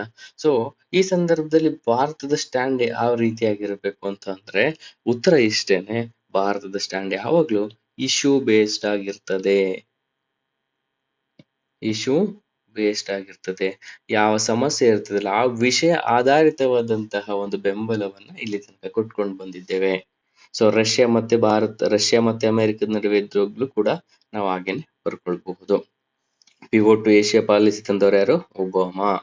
ಸೊ ಅಲ್ಲಿ ಅದನ್ನ ರಿಪ್ಲೇಸ್ ಮಾಡ್ತಕ್ಕಂಥದ್ದು ಟ್ರಂಪ್ 2018ರಲ್ಲಿ ಯಾವ ಪಾಲಿಸಿ ತೆಗೆದುಕೊಂಡು ಬರ್ತಾರೆ ಅಂತಂದ್ರೆ ಏರಿಯಾ ಅಂತ ನಾನು ಆಲ್ರೆಡಿ ಹೇಳಿದ್ದೇನೆ, ಏಷ್ಯಾ ರಿಅಶ್ಯೂರೆನ್ಸ್ ಇನಿಷಿಯೇಟಿವ್ ಆಕ್ಟ್ ಅಂತ ಹೇಳಿ. ಇದರಲ್ಲಿ $1.5 ಟ್ರಿಲಿಯನ್ ಅಷ್ಟು ಒಂದು ಹಣವನ್ನ ಇಂಡೋ ಪೆಸಿಫಿಕ್ ರಾಷ್ಟ್ರಗಳಲ್ಲಿ ಬಳಸ್ಕೊಳ್ಳುವಂಥದ್ದು. ಸೊ ಇಂಡೋ ಪೆಸಿಫಿಕ್ ರೀಜನ್ ಅಂತಂದ್ರೆ ಯಾವುದು ಅಂತ ಈಗ ನೋಡೋಣ. ಇಂಡೋ ಪೆಸಿಫಿಕ್ ಅಂತಂದ್ರೆ ಪೆಸಿಫಿಕ್ ಓಷನ್ ಇರ್ತಕ್ಕಂಥ ಜಾಗ, ಅದ್ರ ಜೊತೆಗೆ ಹಿಂದೂ ಮಹಾಸಾಗರ, ಇಂಡಿಯನ್ ಓಷನ್ ಇರ್ತಕ್ಕಂಥದ್ದು. ಯಾಕೆ ಇದು ಬಹಳ ಮಹತ್ವ ಪಡೆದುಕೊಳ್ಳುತ್ತೆ ಅಂದ್ರೆ 38ಕ್ಕೂ ಅಧಿಕ ಕಂಟ್ರೀಸ್ಗಳಿದೆ. ವರ್ಲ್ಡ್ ಸರ್ಫೇಸ್ ಏರಿಯಾ 44% ಇದೆ. ಪಾಪ್ಯುಲೇಷನ್ ನೋಡಿ, ಭಾರತ ಇದೆ, ಚೈನಾ ಇದೆ ಅಂತಂದ್ರೆ ಆಟೋಮೆಟಿಕ್ ಆಗಿ ಪಾಪ್ಯುಲೇಷನ್ ಇದ್ದೇ ಇದೆ. ಸೌತ್ ಈಸ್ಟರ್ನ್ ಏಷ್ಯನ್ ನೇಷನ್ಸ್ ಇದೆ, ಇಲ್ಲೂ ಪಾಪ್ಯುಲೇಷನ್ ಇದೆ. ನಿಮ್ಗೆ ಗೊತ್ತಿರ್ಬೇಕು ಇಲ್ಲಿ ಯಾಕೆ ಜಾಸ್ತಿ ಪಾಪ್ಯುಲೇಷನ್ ಇರುತ್ತೆ ಅಂತಂದ್ರೆ, ನೀವು ಜಿಯೋಗ್ರಫಿ ಓದೋ ಸಂದರ್ಭದಲ್ಲಿ ನಿಮಗೆ ಗೊತ್ತಿರ್ಬೇಕು. ಜಿಯೋಗ್ರಫಿ ಓದೋ ಸಂದರ್ಭದಲ್ಲಿ ಈ ಪ್ರದೇಶಗಳಲ್ಲಿ ಟ್ರಾಪಿಕಲ್ ಕಂಟ್ರೀಸ್ ನಲ್ಲಿ ಹೆಚ್ಚು ಪಾಪ್ಯುಲೇಷನ್ ಇರ್ತದೆ. GDP 62% ಇದೆ. ಅದೇ ರೀತಿನಲ್ಲಿ ಇನ್ನುಳಿದ ವಿವರಗಳನ್ನ ಕೊಟ್ಟಿರ್ತಕ್ಕಂಥದ್ದು. ಸೊ ಹಾಗಾಗಿ ಇಂಡೋ ಪೆಸಿಫಿಕ್ ರೀಜನ್ ಬಹಳ ಮುಖ್ಯವಾದಂತಹ ಒಂದು ಪಾತ್ರವನ್ನು ವಹಿಸುತ್ತೆ. ಅದಕ್ಕೆ ಏಷ್ಯಾ ರಿಅಶ್ಯೂರೆನ್ಸ್ ಇನಿಷಿಯೇಟಿವ್ ಆಕ್ಟ್ ಅಂತ ಹೇಳಿ ಟ್ರಂಪ್ ಸರ್ಕಾರ ತೆಗೆದುಕೊಂಡು ಬಂದು $1.5 ಟ್ರಿಲಿಯನ್ ಇನ್ವೆಸ್ಟ್ ಮಾಡ್ತಿದೆ. ಇದ್ರ ಮುಖ್ಯ ಉದ್ದೇಶ ಇನ್ನೇನು ಇಲ್ಲ, ಎಕನಾಮಿಕಲ್ ಆಕ್ಟಿವಿಟೀಸ್ ನ ಮತ್ತೊಮ್ಮೆ ಶುರು ಮಾಡುವಂಥದ್ದು, ಅದ್ರ ಜೊತೆಗೆ ಸೆಕ್ಯೂರಿಟಿನ ಇಂಪ್ರೂವ್ ಮಾಡುವಂಥದ್ದು. ಮತ್ತೆ ಈ ಪ್ರದೇಶಗಳಲ್ಲಿ ಓಪನ್ ಸಿ ಅಂತಂದ್ರೆ ಓಷನ್ ಅಂದ್ರೆ ನಾವಿಗೇಷನ್ ಮಾಡೋದಕ್ಕೆ ಇಲ್ಲೆಲ್ಲ ಒಂದ್ ಕಡೆ ಸೌತ್ ಚೈನಾ ಸಿ ಅಂತ ಒಂದು ನಿಮಗೆ ಒಂದು ಇಶ್ಯೂ ಇದೆ. ಇಲ್ಲಿ ಚೈನಾ ಫ್ರೀ ಆಗಿ ನ್ಯಾವಿಗೇಷನ್ ಮಾಡೋದಕ್ಕೆ ಬಿಡ್ತಾನೆ ಇಲ್ಲ. ಸೊ ಹಾಗಾಗಿ ಇಲ್ಲಿರ್ತಕ್ಕಂಥ ಎಲ್ಲಾ ಪ್ರದೇಶಗಳಲ್ಲೂ ಕೂಡ ನ್ಯಾವಿಗೇಷನ್ ನ ಮುಕ್ತವಾಗಿರಿಸೋದಕ್ಕೆ ಪ್ರಯತ್ನ ಪಡುವಂತದ್ದು ಕೂಡ ಅದ್ರದ್ದು ಒಂದು ಭಾಗವಾಗಿದೆ. ನಿಮ್ಗೆ ಏನಾದ್ರು ಹೆಚ್ಚಿನ ವಿವರಗಳು ಬೇಕು, ಇಂಟರ್ನ್ಯಾಷನಲ್ ಅಂತಾರಾಷ್ಟ್ರೀಯ ಘಟನೆಗಳ ಬಗ್ಗೆ ಆಗಿರ್ಬೋದು ಅಥವಾ ನೀತಿಗಳ ಬಗ್ಗೆ ಹೆಚ್ಚಿನ ವಿವರಗಳು ಬೇಕು ಅಂತಂದ್ರೆ ORFonline.com ಹೋದ್ರೆ ನಿಮಗೆ ವಿದೇಶೀಯ ನೀತಿಗಳ ಬಗ್ಗೆ ಹೆಚ್ಚೆಚ್ಚು ಉತ್ತಮವಾದಂತಹ ಆರ್ಟಿಕಲ್ಸ್ ಬರುತ್ತೆ. ORF ಅಂತಕ್ಕಂಥದ್ದು ಒಂದು ಸಂಸ್ಥೆ, NGO ರೀತಿಯಾಗಿರ್ತಕ್ಕಂಥದ್ದು. ಅದು ರಿಸರ್ಚ್ ಎಲ್ಲ ಮಾಡಿ, ಆರ್ಗನೈಸೇಷನಲ್ ರಿಸರ್ಚ್ ಫೌಂಡೇಶನ್ ಅಂತ ಅನ್ಸುತ್ತೆ. ಸೊ ಉತ್ತಮವಾದಂತಹ ಆರ್ಟಿಕಲ್ಸ್ ಗಳು ಅಲ್ಲಿ ನಿಮಗೆ ದೊರೆಯುತ್ತೆ. ಈಗ ನೆಕ್ಸ್ಟ್ ಮುಖ್ಯವಾದಂತದ್ದು disinformation is a cyber security. ಇಲ್ಲಿ ಕೀವರ್ಡ್ಸ್ ಯಾವ್ದಿದೆ ಫಸ್ಟ್ ನೋಡಿ, ಕೀವರ್ಡ್ಸ್ ನ ಗುರುತು ಮಾಡ್ಕೊಳ್ಳಿ. ಸೈಬರ್ ಸೆಕ್ಯೂರಿಟಿ ಇದೆ, ಅದಾದ ನಂತರ ಡಿಸ್ಇನ್ಫಾರ್ಮೇಶನ್ ಇದೆ ಅಂತ ಅಂದ್ರೆ ತಪ್ಪು ಮಾಹಿತಿಯನ್ನು ಕೊಡುವಂಥದ್ದು. Society needs to be protected from infodemics to prevent the possibility of a breakdown, interruptions and violence. ಇಲ್ಲಿ ತನಕ ನಮಗೆ ಸೈಬರ್ ಅಟ್ಯಾಕ್ಸ್ ಗಳು ಮಾತ್ರ ಗೊತ್ತಿತ್ತು. ಹಾಗಾಗಿ ಸೈಬರ್ ಅಟ್ಯಾಕ್ ಗಳಿಗೆ ಸಂಬಂಧಪಟ್ಟಂತಹ ಒಂದು ನೀತಿ ನಿರೂಪಣೆಗಳನ್ನ ಅಥವಾ ಸೈಬರ್ ಅಟ್ಯಾಕ್ಸ್ ಗಳು ಆಗ್ದಲೇ ಇರೋ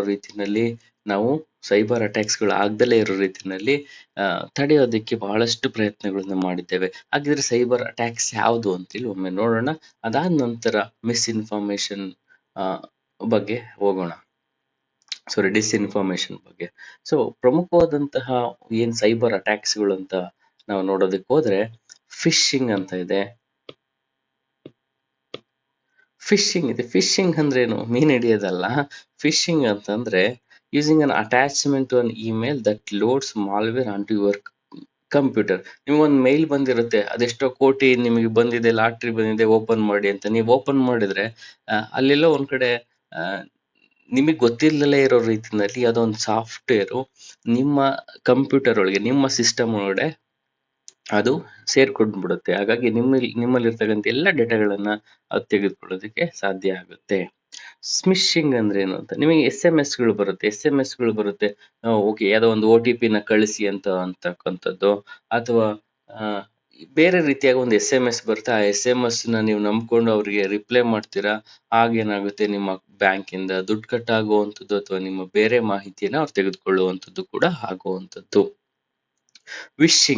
ವಿಶಿಂಗ್ ಅಂತಂದ್ರೆ ಏನು ಅಂತಂದ್ರೆ, ವಿಶ್ ಅಂತಂತಂದ್ರೆ ಮಾತನಾಡುವಂಥದ್ದು. ಫಾರ್ ಎಕ್ಸಾಂಪಲ್, ನಿಮ್ಮ ಬ್ಯಾಂಕಿನ ವಿವರಗಳನ್ನ ತೆಗೆದುಕೊಳ್ಳೋದಕ್ಕೆ ಅವ್ರು ಏನ್ ಮಾಡ್ತಾರೆ, ನಾನು SBI ಬ್ಯಾಂಕ್ ಮ್ಯಾನೇಜರ್ ಮಾತಾಡ್ತಿದ್ದೀನಿ, ನಿಮ್ ಡೆಬಿಟ್ ಕಾರ್ಡ್ ನಲ್ಲಿ ಸಮಸ್ಯೆ ಇದೆ, ಡೆಬಿಟ್ ಕಾರ್ಡ್ ನಂಬರ್ ಹೇಳಿ ಅಂತ ನೀವೇನಾದ್ರೂ ಹೇಳಿದ್ರೆ ಮುಗೀತು. ಅಕಸ್ಮಾತ್ ನಿಮ್ಮ ಅಕೌಂಟ್ ನಲ್ಲಿ ಏನಾದ್ರು ಹಣ ಇತ್ತು ಅಂತಂದ್ರೆ ಯಾರು ಈ ರೀತಿಯಾಗಿ ಬಹಳಷ್ಟು ಪ್ರಕರಣಗಳು. ಅದಕ್ಕೋಸ್ಕರ ನಿಮಗೆ RBI ಒಂದು ಅಡ್ವರ್ಟೈಸ್ಮೆಂಟ್ ಕೊಡ್ತಿರುತ್ತೆ, ಬ್ಯಾಂಕ್ಗಳು ಕೂಡ ಹೇಳ್ತಿರುತ್ತೆ, ನೀವು ಯಾವುದೇ ಕಾರಣಕ್ಕೂ ಯಾವಾಗಲೂ OTP ಯನ್ನ ಶೇರ್ ಮಾಡಬೇಡಿ, ನಿಮ್ಮ ಬ್ಯಾಂಕಿನ ಇನ್ಫಾರ್ಮೇಶನ್ ಶೇರ್ ಮಾಡಬೇಡಿ ಅಂತ. ಹಾಗಾಗಿ ನೀವು ಕೂಡ ಶೇರ್ ಮಾಡಬಾರ್ದು. ಅದಕ್ಕೆ ಆ ರೀತಿಯಾಗಿ ಫೋನ್ ಮುಖಾಂತರ ವಿಶಿಂಗ್, ಫೋನ್ ವಾಯ್ಸ್ ಅನ್ನ ಬಳಸಿ ಏನಾದ್ರೂ ನಿಮಗೆ ದುರುಪಯೋಗ ಮಾಡಿಕೊಂಡ್ರೆ ಅದಕ್ಕೆ ವಿಶಿಂಗ್ ಅಂತ ಕರೀತಾರೆ. ಮಾಲ್ವೇರ್ ಅಟ್ಯಾಕ್ ಅಂದ್ರೆ ಸಾಫ್ಟ್ವೇರ್ಗೆ ಒಂದು ಯಾವ್ದೋ ಇನ್ನೊಂದು ಅಪ್ಲಿಕೇಶನ್ ಅಂದ್ರೆ ದುರುದ್ದೇಶ ಪೂರಿತವಾದಂತಹ ಒಂದು ಇನ್ನೊಂದು ಅಪ್ಲಿಕೇಶನ್ ಅನ್ನ ಅಥವಾ ಇನ್ನೊಂದು ಸಾಫ್ಟ್ವೇರ್ ಅನ್ನ ಇನ್ಸರ್ಟ್ ಮಾಡುವಂಥದ್ದೇ ಮಾಲ್ವೇರ್ ಅಟ್ಯಾಕ್ ಆಗಿರ್ತದೆ. ರ್ಯಾನ್ಸಮ್ವೇರ್ ಇದು ಬಹಳ ಇಂಪಾರ್ಟೆಂಟ್. ಒಂದ್ಸಲ UPSC ನಲ್ಲಿ ಪ್ರಶ್ನೆ ಕೇಳ್ತಾರೆ, WannaCry, ಇನ್ನೊಂದು ಯಾವುದೋ ನನಗೆ ಜ್ಞಾಪಕಕ್ಕೆ ಬರ್ತಾ ಇಲ್ಲ ಈಗ. ರ್ಯಾನ್ಸಮ್ವೇರ್ ಅಂತ, ರ್ಯಾನ್ಸಮ್ ಅಂತಕ್ಕಂಥ ಒಂದು ಪದ ತಿಳ್ಕೊಳ್ಳಿ. ರ್ಯಾನ್ಸಮ್ ಅಂತಂದ್ರೆ ದರೋಡೆ ಅಂತ. ಸೊ ರ್ಯಾನ್ಸಮ್ ಅಂತಂದ್ರೆ ದರೋಡೆ ಅಂತ. ಈ ರ್ಯಾನ್ಸಮ್ ವೇರ್ ಏನಕ್ಕೆ ಅಂತಂದ್ರೆ, ಫಾರ್ ಎಕ್ಸಾಂಪಲ್ ನನ್ನ ಹತ್ರ ಒಂದು ಡೆಸ್ಕ್ಟಾಪ್ ಇರುತ್ತೆ. ಈ ಡೆಸ್ಕ್ಟಾಪ್ಗೆ ಫಾರ್ ಎಕ್ಸಾಂಪಲ್ ಯಾವುದೋ ಒಂದು ಮೆಸೇಜ್ ಬಂತು, ಆ ಮೆಸೇಜ್ ನಾನು ಓಪನ್ ಮಾಡಿದ ತಕ್ಷಣ ನಿಮ್ಮ ಡೆಸ್ಕ್ಟಾಪ್ ಏನಾಗುತ್ತೆ, ಬ್ಲಾಕ್ ಆಗ್ಬಿಡುತ್ತೆ. ಬ್ಲಾಕ್ ಆದಾಗ ಏನಾಗುತ್ತೆ, ನೀವು ಯಾವ ಡೇಟಾವನ್ನು ಅಥವಾ ಫಾರ್ ಎಕ್ಸಾಂಪಲ್ ನೀವು ಫೋಟೋಸ್ ಇಟ್ಟಿರ್ತೀರಾ, ಬ್ಯಾಂಕ್ ಇನ್ಫಾರ್ಮೇಶನ್ ಇಟ್ಟಿರ್ತೀರಿ, ಏನನ್ನು ಕೂಡ ಅವ್ರು ತೆಗೆದುಕೊಳ್ಳೋದಿಲ್ಲ. ಬಟ್ ಆದ್ರೆ ನಿಮ್ ಸಿಸ್ಟಮ್ನೇ ಬ್ಲಾಕ್ ಮಾಡ್ಬಿಡ್ತಾರೆ.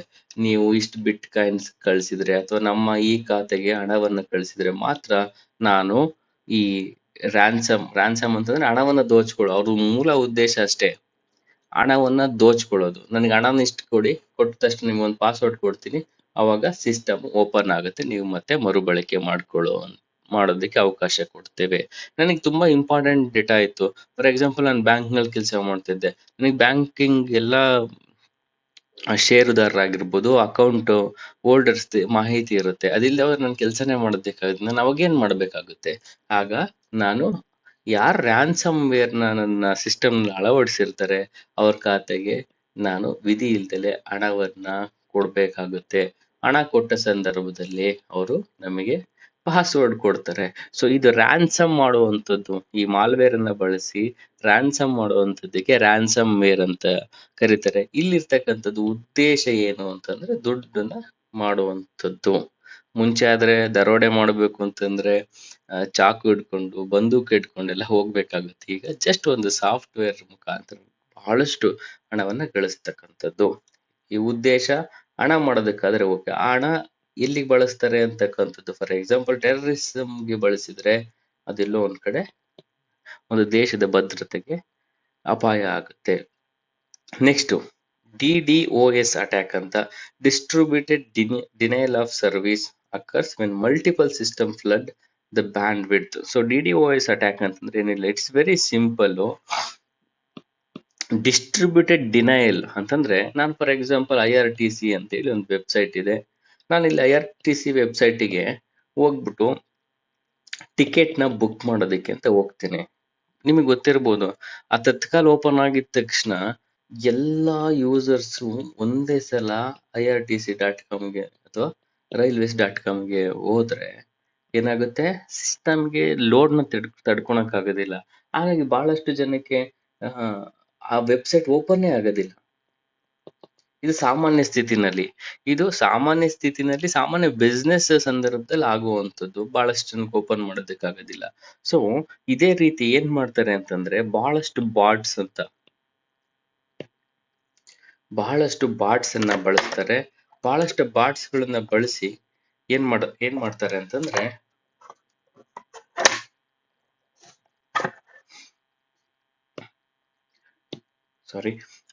ಬಹಳಷ್ಟು ಬಾಟ್ಸ್ ಗಳನ್ನ ಬಳಸಿ ಏನ್ ಮಾಡ್ತಾರೆ, ಯಾವ್ದೋ ಒಂದು ವೆಬ್ಸೈಟ್ಗೆ 1,00,000 ಗಟ್ಟಲೆ ಅಟ್ಯಾಕ್ ಮಾಡ್ತಾರೆ. ಅಟ್ಯಾಕ್ ಅಂತಂದ್ರೆ ಅದನ್ನ ಓಪನ್ ಮಾಡಕ್ ಪ್ರಯತ್ನ ಪಡ್ತಾರೆ. ಓಪನ್ ಮಾಡಕ್ ಪ್ರಯತ್ನ ಪಟ್ಟವ್ರು ಯಾರು ಮನುಷ್ಯರಲ್ಲ, ಒಂದು ಬಾಟ್ಸ್, ಒಂದು ರೋಬೋಟ್ ಸಿಸ್ಟಮ್, ಯಾವುದೋ ಒಂದು ಸಾಫ್ಟ್ವೇರ್. ಈ ತರ ಮಾಡಿದಾಗ ಇದು ನಿಜವಾದ ಗ್ರಾಹಕರಿಗೆ ಅಥವಾ ನಾಗರಿಕ ಸೇವೆನಲ್ಲಿ ಅದನ್ನ ಬಳಸ್ಕೊಳ್ಬೇಕು ಅಂತ ಇದ್ದವರಿಗೆ ಅಥವಾ ನಾಗರಿಕರಿಗೆ ಎಲ್ಲೋ ಒಂದ್ ಕಡೆ ಆ ವೆಬ್ಸೈಟ್ ಸಿಗ್ದಲೇ ಹೋಗುವಂಥದ್ದು.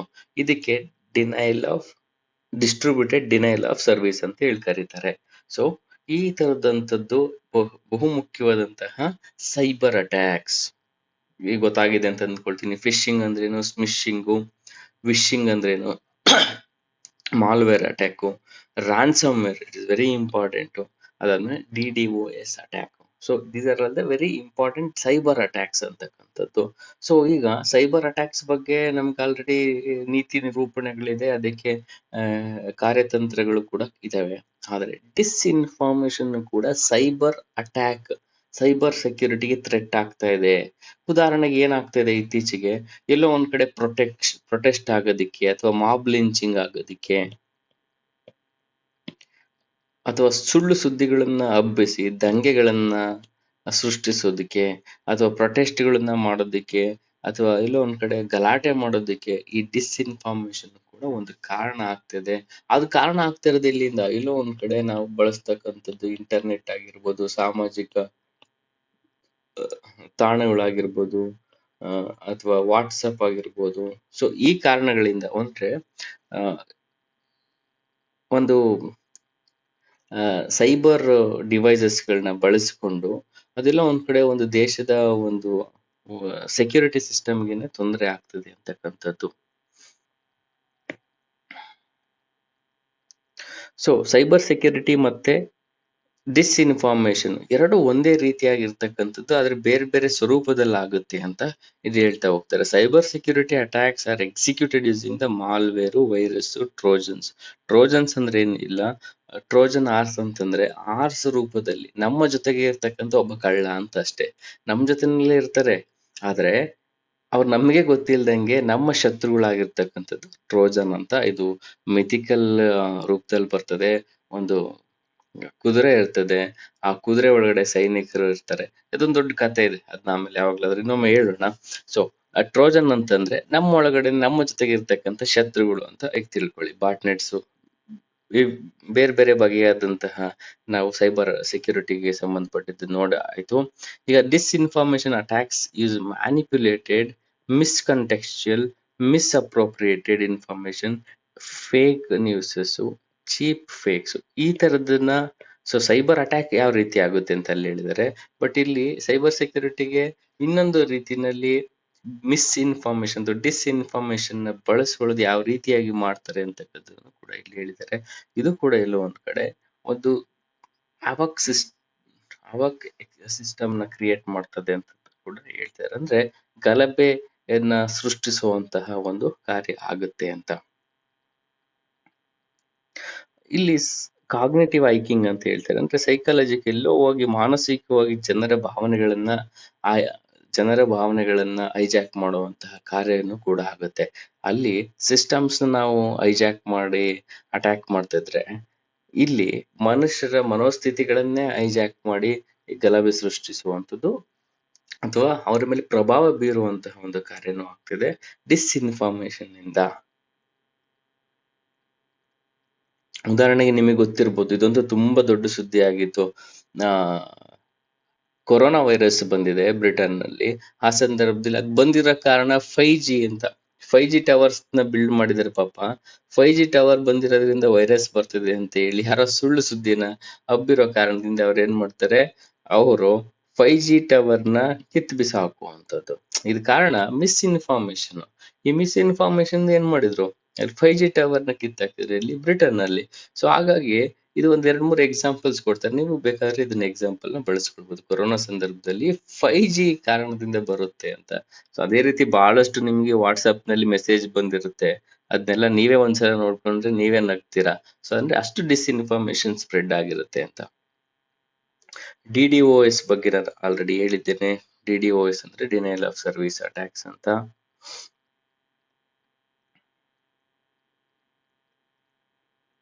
ಸೊ ಇಲ್ಲಿ ತನಕ is lessons from the cyber security ಅಂದ್ರೆ ಏನ್ ತಿಳ್ಕೊಳ್ಬೇಕು ಅಂತ ಈ ಎಕ್ಸಾಂಪಲ್ಸ್ ಗಳನ್ನ ಹೇಳಿ, ಡಿಸ್ಇನ್ಫಾರ್ಮೇಶನ್ ನಮಗೆ ಸೈಬರ್ ಸೆಕ್ಯೂರಿಟಿಗೆ ಥ್ರೆಟ್ ಆಗುತ್ತೆ.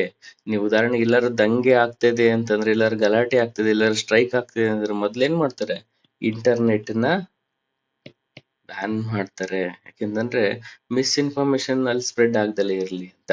So lesson from the cyber security ಏನು ಅಂತ, ವೈರಸ್, ಮಾಲ್ವೇರು, ಹ್ಯಾಕರ್ಸ್ ಇದಕ್ ಬಂತಂದ್ರೆ ನಮ್ಗೆ IT ಆಕ್ಟ್ ಇದೆ, ಮತ್ತೆ ಅದ್ರ ಜೊತೆಗೆ ಬೇಕಾದಂತಹ ಒಂದು IT ಒಂದು ಸಂಪನ್ಮೂಲ ಇದೆ, ಸೌಲಭ್ಯನ ಕಲ್ಪಿಸ್ಕೊಟ್ಟಿದ್ದೇವೆ. ಬಟ್ ಆದ್ರೆ ಮಿಸ್ಇನ್ಫಾರ್ಮೇಶನ್ ಬಂದಾಗ ಅದನ್ನು ಕೂಡ ಸೈಬರ್ ಅಟ್ಯಾಕ್ ನಷ್ಟೇ ಗಂಭೀರವಾಗಿ ತೆಗೆದುಕೊಳ್ಬೇಕು ಅಂತ ಕೂಡ ಇಲ್ಲಿ ಮಾತನಾಡ್ತಾರೆ. By treating this information as a cybersecurity threat, we can find effective countermeasures to the cognitive hacking. ಅಂತಂದ್ರೆ ಆಲ್ರೆಡಿ ನಮಗೆ ಸೈಬರ್ ಹ್ಯಾಕಿಂಗಿಗೆ ಒಂದು ಸಿದ್ಧವಾದಂತ ಟೂಲ್ಸ್ಗಳು, ಸಾಧನಗಳು ನಮ್ಮಲ್ಲಿದೆ. ಬಟ್ ಆದ್ರೆ ಡಿಸ್ಇನ್ಫಾರ್ಮೇಶನ್ ಹ್ಯಾಂಡಲ್ ಮಾಡೋದಕ್ಕೆ ನಮಗೆ ಸರಿಯಾದ ಇನ್ಫಾರ್ಮೇಶನ್, ಸರಿಯಾದ ಮಾಹಿತಿಯನ್ನ ಜನಸಾಮಾನ್ಯರಿಗೆ ಕಳಿಸುವಂತಹ ಒಂದು ಸಾಧನ ಅಥವಾ ಒಂದು ವ್ಯವಸ್ಥೆಯನ್ನ ನಾವು ಮಾಡ್ಕೊಳ್ಬೇಕಾಗಿದೆ. ಉದಾಹರಣೆಗೆ ಸೆಕ್ಯೂರಿಟಿಗೆ ಫೈರ್ ವಾಲ್ಸ್ ಅಂತ ಹೇಳ್ತಾ ಇರ್ತೇವೆ.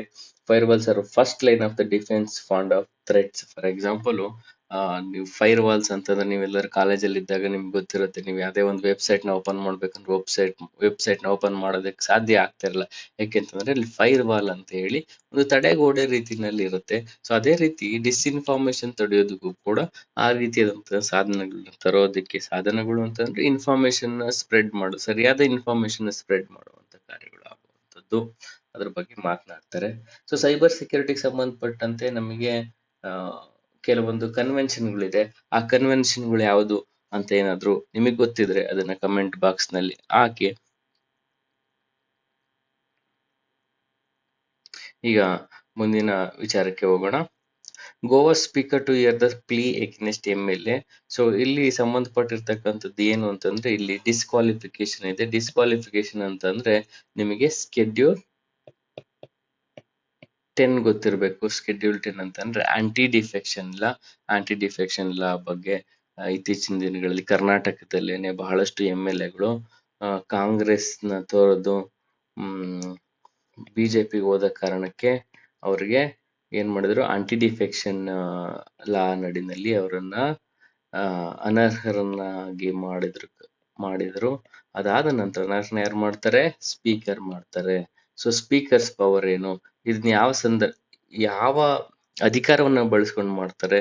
ಸ್ಕೆಡ್ಯೂಲ್ 10 ಏನಿದೆ, ಆಂಟಿ ಡಿಫೆಕ್ಷನ್ ಲಾ ಯಾವಾಗ ಬಂತು? ಆಂಟಿ ಡಿಫೆಕ್ಷನ್ ಲಾ ಯಾವಾಗ ಬಂತು? ಅದರ ತಿದ್ದುಪಡಿ ಯಾವಾಗ ಆಯ್ತು ಅಂತ ಹೇಳಿ ಮುಂದಿನ ದಿನಗಳಲ್ಲಿ ಮಾತನಾಡೋಣ. ಯಾರಿಗಾದ್ರೂ ಗೊತ್ತಿದ್ರೆ ಆಂಟಿ ಡಿಫೆಕ್ಷನ್ ಲಾ ಮೊದಲನೇ ಬಾರಿಗೆ ಯಾವ ಸಂದರ್ಭದಲ್ಲಿ ಬಂತು ಅಂತಕ್ಕಂಥದ್ದನ್ನ ನೀವು ಟೈಪ್ ಮಾಡಿ. ಅದೇ ರೀತಿ ತಿದ್ದುಪಡಿಯಾದ ಸಂದರ್ಭ ಯಾವಾಗ ಆಯ್ತು, ಏನ್ ತಿದ್ದುಪಡಿ ಆಯ್ತು ಅಂತ ಗೊತ್ತಿದ್ರೆ ಟೈಪ್ ಮಾಡಿ. ಸೊ ಮತ್ತೆ ಇದು ಸೈಬರ್ ಅಟ್ಯಾಕಿಗೆ ಸಂಬಂಧಪಟ್ಟಂತೆ, ಸೈಬರ್ ಅಟ್ಯಾಕ್ ಬಂತು ಅಂತ ತಕ್ಷಣ ನಿಮಗೆ IT ಆಕ್ಟ್ 2000 ಅಂತಕ್ಕಂಥದ್ದು ಗೊತ್ತಿರ್ಬೇಕು. ಯಾಕೆ ಅಂತಂದ್ರೆ IT ಆಕ್ಟ್ 2000 ನಲ್ಲಿ ಏನ್ ಮಾಡ್ಬೇಕು ಸೈಬರ್ ಅಟ್ಯಾಕ್ ಆದಾಗ, ಅಥವಾ ಹೇಗೆ ನಮ್ಮ ಸಂಪನ್ಮೂಲಗಳನ್ನ ನಾವು ಭದ್ರಪಡಿಸ್ಕೊಳ್ಬೇಕು, ಅದಕ್ಕೆ ಭದ್ರತೆ ಕೊಡ್ಬೇಕು ಅಂತ ಹೇಳಿ ಅದ್ರಲ್ಲಿ ಮಾತನಾಡ್ತಾರೆ. ಸೊ ಹಾಗಾಗಿ ಇನ್ಫಾರ್ಮೇಶನ್ ಟೆಕ್ನಾಲಜಿ ಆಕ್ಟ್ 2000 ನಾವು ಉಲ್ಲೇಖ ಮಾಡೋದು ಉತ್ತಮವಾಗಿರುತ್ತೆ.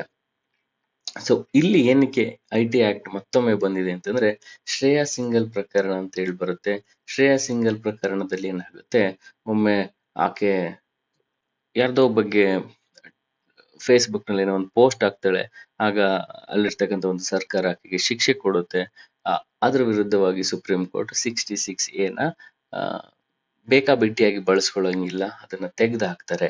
ಬಟ್ ಈಗ ಏನಾಗಿದೆ, ನಿಮ್ಗೆ ಇತ್ತೀಚಿನ ದಿನಗಳಲ್ಲಿ ನಿಮ್ಗೆ ಗೊತ್ತಿರಬೇಕು, ministry of electronics and IT order. So ಅಂತಂದ್ರೆ ಸರ್ಕಾರದ ಒಂದು ಮಿನಿಸ್ಟ್ರಿ ಟ್ವಿಟ್ಟರ್ ಅಂತಕ್ಕಂತಹ ಒಂದು ಸಾಮಾಜಿಕ ಜಾಲತಾಣಕ್ಕೆ ನೀವು ಇಂತಿಷ್ಟು ಅಕೌಂಟ್ಸ್ ಅನ್ನ ಬ್ಲಾಕ್ ಮಾಡಿ ಅಂತ ಹೇಳುತ್ತೆ. ಆ ಬ್ಲಾಕ್ ಮಾಡಿ ಏನಕ್ಕೆ ಅಂತ ಹೇಳುತ್ತೆ ಅಂತಂದ್ರೆ ಅವರು ಭಾರತದ ಸಾವರ್ನಿಟಿ ಅಂದ್ರೆ ಸಾರ್ವಭೌಮತ್ವದ ವಿರುದ್ಧವಾಗಿ ಕೆಲಸ ಮಾಡ್ತಾ ಇದ್ದಾರೆ, ಭಾರತದಲ್ಲಿ ಗಲಭೆಗಳನ್ನ ಸೃಷ್ಟಿಸೋದಕ್ಕೆ ಇದನ್ನ ಮಾಡ್ತಾ ಇದ್ದಾರೆ ಅಂತ ಹೇಳಿ ಟ್ವಿಟ್ಟರ್ಗೆ ಹೇಳುತ್ತೆ. ಆ ಟ್ವಿಟ್ಟರ್ಗೆ ಹೇಳೋ ಸಂದರ್ಭ ಅಥವಾ ಹೇಳೋದಕ್ಕೆ ಅಧಿಕಾರ ಎಲ್ಲಿಂದ ಬರುತ್ತೆ ಅಂತಂದ್ರೆ IT ಆಕ್ಟ್ 69A ಈ ಸೆಕ್ಷನ್ ನಲ್ಲಿ ನಮಗೆ ಸಾವರ್ನಿಟಿ ಅಥವಾ ಇಂಟಿಗ್ರಿಟಿ ಆಫ್ ಇಂಡಿಯಾ ಅಥವಾ defence of India, security of the state, friendly relations with the foreign states ಅಥವಾ public order or for preventing the incitement to the commission of any cognisable offence relating to the above.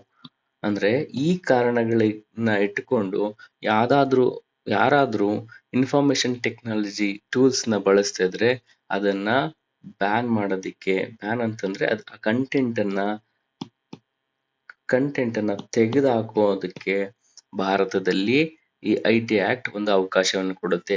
ಈ ಆಧಾರದ ಮೇಲೆ under information technology act 69 ಆಧಾರದ ಮೇಲೆ ಟ್ವಿಟ್ಟರ್ಗೆ ಸರ್ಕಾರ ಇಂತಿಷ್ಟು ಖಾತೆಗಳದ್ದ URLs ಆಗಿರಬಹುದು ಅಥವಾ ಟ್ವಿಟ್ಟರ್ ಹ್ಯಾಂಡಲ್ಸ್ ನ ನಿಷೇಧ ಮಾಡಿ ಭಾರತದಲ್ಲಿ ಅಂತ ಹೇಳುತ್ತೆ.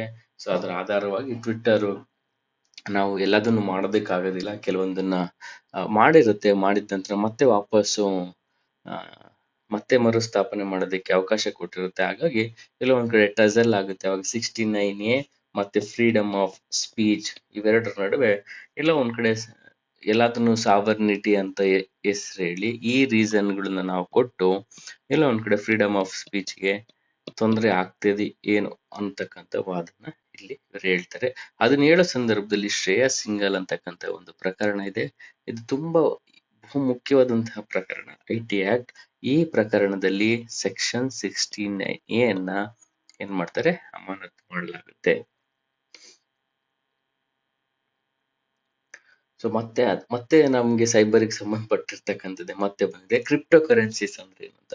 ಕ್ರಿಪ್ಟೋ ಕರೆನ್ಸೀಸ್ ಅಂತಂದ್ರೆ ಏನಿಲ್ಲ, ಬ್ಲಾಕ್ ಚೈನ್ ಟೆಕ್ನಾಲಜಿನ ಬಳಸ್ತಕ್ಕಂಥದ್ದು. ಕರೆನ್ಸಿಗೂ ಕ್ರಿಪ್ಟೋ ಕರೆನ್ಸಿಗೂ ಅಂದ್ರೆ ಏನು? Crypto currency nothing but digital currency. But fiat currency ಅಂತಂದ್ರೆ ಅದಕ್ಕೆ ಇಂಟ್ರೆನ್ಸಿಕ್ ವ್ಯಾಲ್ಯೂ ಇರುತ್ತಾ? ಫಿಯಟ್ ಮನಿ ಅಂದ್ರೆ ಏನು? It's very important. ಅದಕ್ಕೆ ಇಂಟ್ರೆನ್ಸಿಕ್ ವ್ಯಾಲ್ಯೂ ಇರುತ್ತಾ? ಇಂಟ್ರೆನ್ಸಿಕ್ ವ್ಯಾಲ್ಯೂ ಅಂತಂದ್ರೆ ಏನಿಲ್ಲ, ಫಾರ್ ಎಕ್ಸಾಂಪಲ್ ಸಿಲ್ವರ್ದು ಏನಾದ್ರು ಒಂದು 100,000 ರೂಪಾಯಿಂದ ಒಂದು ಕಾಯಿನ್ ಮಾಡಿದ್ರೆ ಈ 1,000 ರೂಪಾಯಿ ಬರ್ದಿರ್ಲಿ ಬರಿದಲ್ಲೇ ಇರ್ಲಿ, ಸಿಲ್ವರ್ಗೆ ಅದರದ್ದೇ ಆದಂತಹ ಒಂದು ಆಂತರಿಕವಾದಂತಹ ಮೌಲ್ಯ ಇರುತ್ತೆ. ಅದು ಇಂಟ್ರೆನ್ಸಿಕ್ ವ್ಯಾಲ್ಯೂ ಅಂತ ಕರಿತೀವಿ. ಫಿಯಟ್ ಮನಿ ಅಂತಂದ್ರೆ ಏನು ಇಲ್ಲ, ಒಂದು ನೋಟ್ ಇರುತ್ತೆ, ಆ ನೋಟ್ ನಲ್ಲಿ RBI ಗವರ್ನರ್ ಸೈನ್ ಮಾಡಿರ್ತಾರೆ. ಆ ಸೈನ್ ಮಾಡಿದ್ರೆ ಮಾತ್ರ ಅದಕ್ಕೆ ವ್ಯಾಲ್ಯೂ. ನಾಳೆ ದಿವಸ ಡಿಮಾನಿಟೈಸೇಷನ್ ಈ ನೋಟು ಬಳಕೆಗೆ ಅರ್ಹ ಅಲ್ಲ ಅಂತ ಹೇಳಿದ್ರೆ ಅದು ಅರ್ಹ ಇರೋದಿಲ್ಲ. ಅರ್ಥ ಆಗ್ತಾ ಇದೆಯಾ? ಸೊ ಆ ಕಾರಣಕ್ಕೆ ನಾವು ತಿಳ್ಕೊಳ್ಬೇಕೇನು ಅಂತಂದ್ರೆ ಫಿಯಟ್ ಮನಿ ಅಂತಂದ್ರೆ ಇಂಟ್ರೆನ್ಸಿಕ್ ವ್ಯಾಲ್ಯೂ ಇರೋದಿಲ್ಲ. ಡಿಜಿಟಲ್ ಕರೆನ್ಸಿ ಮತ್ತೆ ಫಿಯಟ್ ಕರೆನ್ಸಿ ಡಿಫ್ರೆನ್ಸ್ ಏನು ಅಂತ. ಫಿಯಟ್ ಕರೆನ್ಸಿ ಸೆಂಟ್ರಲೈಸ್ಡ್ ಅಂದ್ರೆ RBI ಭಾರತದಲ್ಲಿ ಕಂಟ್ರೋಲ್ ಮಾಡುತ್ತೆ ಅಥವಾ ಬೇರೆ ದೇಶಗಳಲ್ಲಿ ಸೆಂಟ್ರಲ್ ಬ್ಯಾಂಕ್ಸ್ ಕಂಟ್ರೋಲ್ ಮಾಡುತ್ತೆ. ಕ್ರಿಪ್ಟೋ ಕರೆನ್ಸಿ ಡಿಸೆಂಟ್ರಲೈಸ್ಡ್, ಇಲ್ಲಿ ಡಿಜಿಟಲ್ ಮೀಡಿಯಂ ಆಫ್ ಎಕ್ಸ್ಚೇಂಜ್ ಇರುತ್ತೆ, ಸಪ್ಲೈ ಲಿಮಿಟೆಡ್ ಇರುತ್ತೆ. ಎಷ್ಟೋ ಕರೆನ್ಸಿಗಳು ಫಾರ್ ಎಕ್ಸಾಂಪಲ್ ಬಿಟ್ ಕಾಯಿನ್ ತೆಗೆದುಕೊಂಡ್ರೆ ಅದು ಸ್ಟಾರ್ಟಿಂಗ್ ಇಂಟ್ರೊಡ್ಯೂಸ್ ಮಾಡಿದಾಗ ಎಷ್ಟೋ ಲಿಮಿಟೆಡ್ ಸಪ್ಲೈ ಇರುತ್ತೆ. ಈ ಲಿಮಿಟೆಡ್ ಸಪ್ಲೈ ಏನಾಗುತ್ತೆ, ಅದಕ್ಕೆ ಡಿಮ್ಯಾಂಡ್ ಜಾಸ್ತಿಯಾಗಿ ಫಾರ್ ಎಕ್ಸಾಂಪಲ್ $1 ಇದ್ರೆ ಇವತ್ತು $20,000ಗೆ ಒಂದು ಮೌಲ್ಯ ಹೊರಟೋಗಿರುತ್ತೆ. ಇಲ್ಲಿ ಅನ್ಲಿಮಿಟೆಡ್ ಸಪ್ಲೈ. ಇನ್ಫ್ಲೇಷನ್ ಆಯ್ತು ಅಂತಂದ್ರೆ ಸೆಕ್ಯೂರಿಟಿಗಳನ್ನ ಭಾರತ ಸರ್ಕಾರ ಕೊಟ್ಟಾಗ RBI ನೋಟನ್ನ ಪ್ರಿಂಟ್ ಮಾಡುವಂಥದ್ದು. So fiat money well established, ಎಲ್ಲರಿಗೂ ಗೊತ್ತಿರುತ್ತೆ, ಎಲ್ಲರೂ ಕೂಡ ಬಿಸ್ನೆಸ್ ನಲ್ಲಿ ಬಳಸುವಂಥದ್ದು. ಇಲ್ಲಿ ನಾಟ್ ಅನಾನಿಮಸ್. ಅಕಸ್ಮಾತ್ ನೀವು ನೋಟ್ ತೆಗೆದುಕೊಂಡು RBI ಹೋಗಿ ಕೊಟ್ರೆ ಅದನ್ನ ತೆಗೆದುಕೊಳ್ತಾರೆ, ಅಥವಾ ಬ್ಯಾಂಕ್ಗೆ ಹೋಗಿ ಕೊಟ್ರೆ ತೆಗೆದುಕೊಳ್ತಾರೆ, ನೀವು ಗ್ರಾಹಕರಾಗಿ ಬೇರೆ ಯಾವ್ದಾದ್ರು ಶಾಪಿಗೆ ಹೋಗಿ ಕೊಟ್ರೆ ತೆಗೆದುಕೊಳ್ತಾರೆ. ಬಟ್ ಬಿಟ್ ಕರೆನ್ಸಿನ ಎಲ್ಲಾದ್ರೂ ತೆಗೆದುಕೊಳ್ತಾರ? ಕ್ರಿಪ್ಟೋ ಕರೆನ್ಸಿ ಎಲ್ಲಾದ್ರೂ ತೆಗೆದುಕೊಳ್ಳೋದಿಲ್ಲ.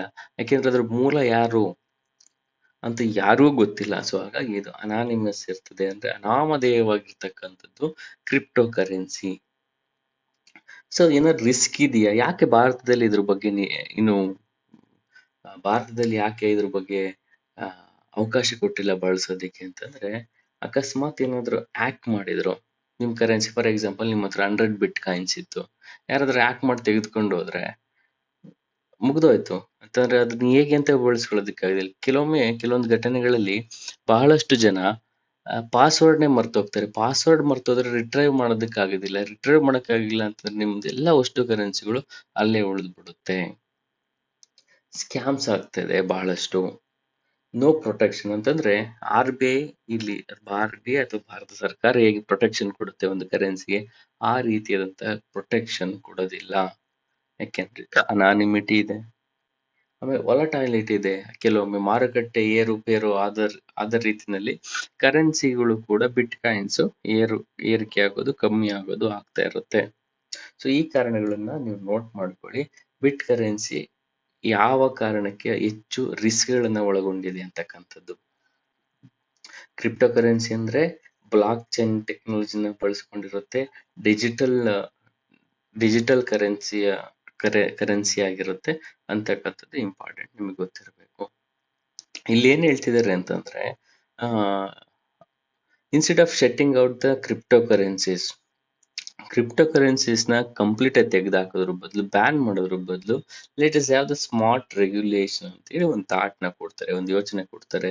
ನಾವು ಕ್ರಿಪ್ಟೋ ಕರೆನ್ಸೀಸ್ ನ ಬಳಸ್ಕೊಳ್ಳೋಣ, ಬಟ್ ಆದ್ರೆ ಅದಕ್ಕೆ ರೆಗ್ಯುಲೇಷನ್ ಇಡೋಣ, ಕಂಪ್ಲೀಟ್ ಆಗಿ ಬ್ಯಾನ್ ಮಾಡೋದ್ರ ಬದಲು ಅಂತ. ಸೊ ಈಗ ಕ್ರಿಪ್ಟೋ ಕರೆನ್ಸೀಸ್ ನ ಪ್ರಶ್ನೆ, ಇದಕ್ಕೆಲ್ಲ ನೀವು ಉತ್ತರ ಮಾಡಬೇಕು. ಇಲ್ಲ ನೆಕ್ಸ್ಟ್ ಸೆಷನ್ ಅಲ್ಲಿ ನಾನು ಅದಕ್ಕೆ ಉತ್ತರ ಹೇಳ್ತೀನಿ. ಕ್ರಿಪ್ಟೋ ಕರೆನ್ಸಿನ ನ್ಯಾಷನಲ್ ಅಲ್ಲಿ ಲೀಗಲೈಸ್ ಮಾಡಿರ್ತಕ್ಕಂಥ ಕಂಟ್ರೀಸ್ಗಳು ಯಾವುದು, ಅದ್ರ ಹೆಸರೇನು?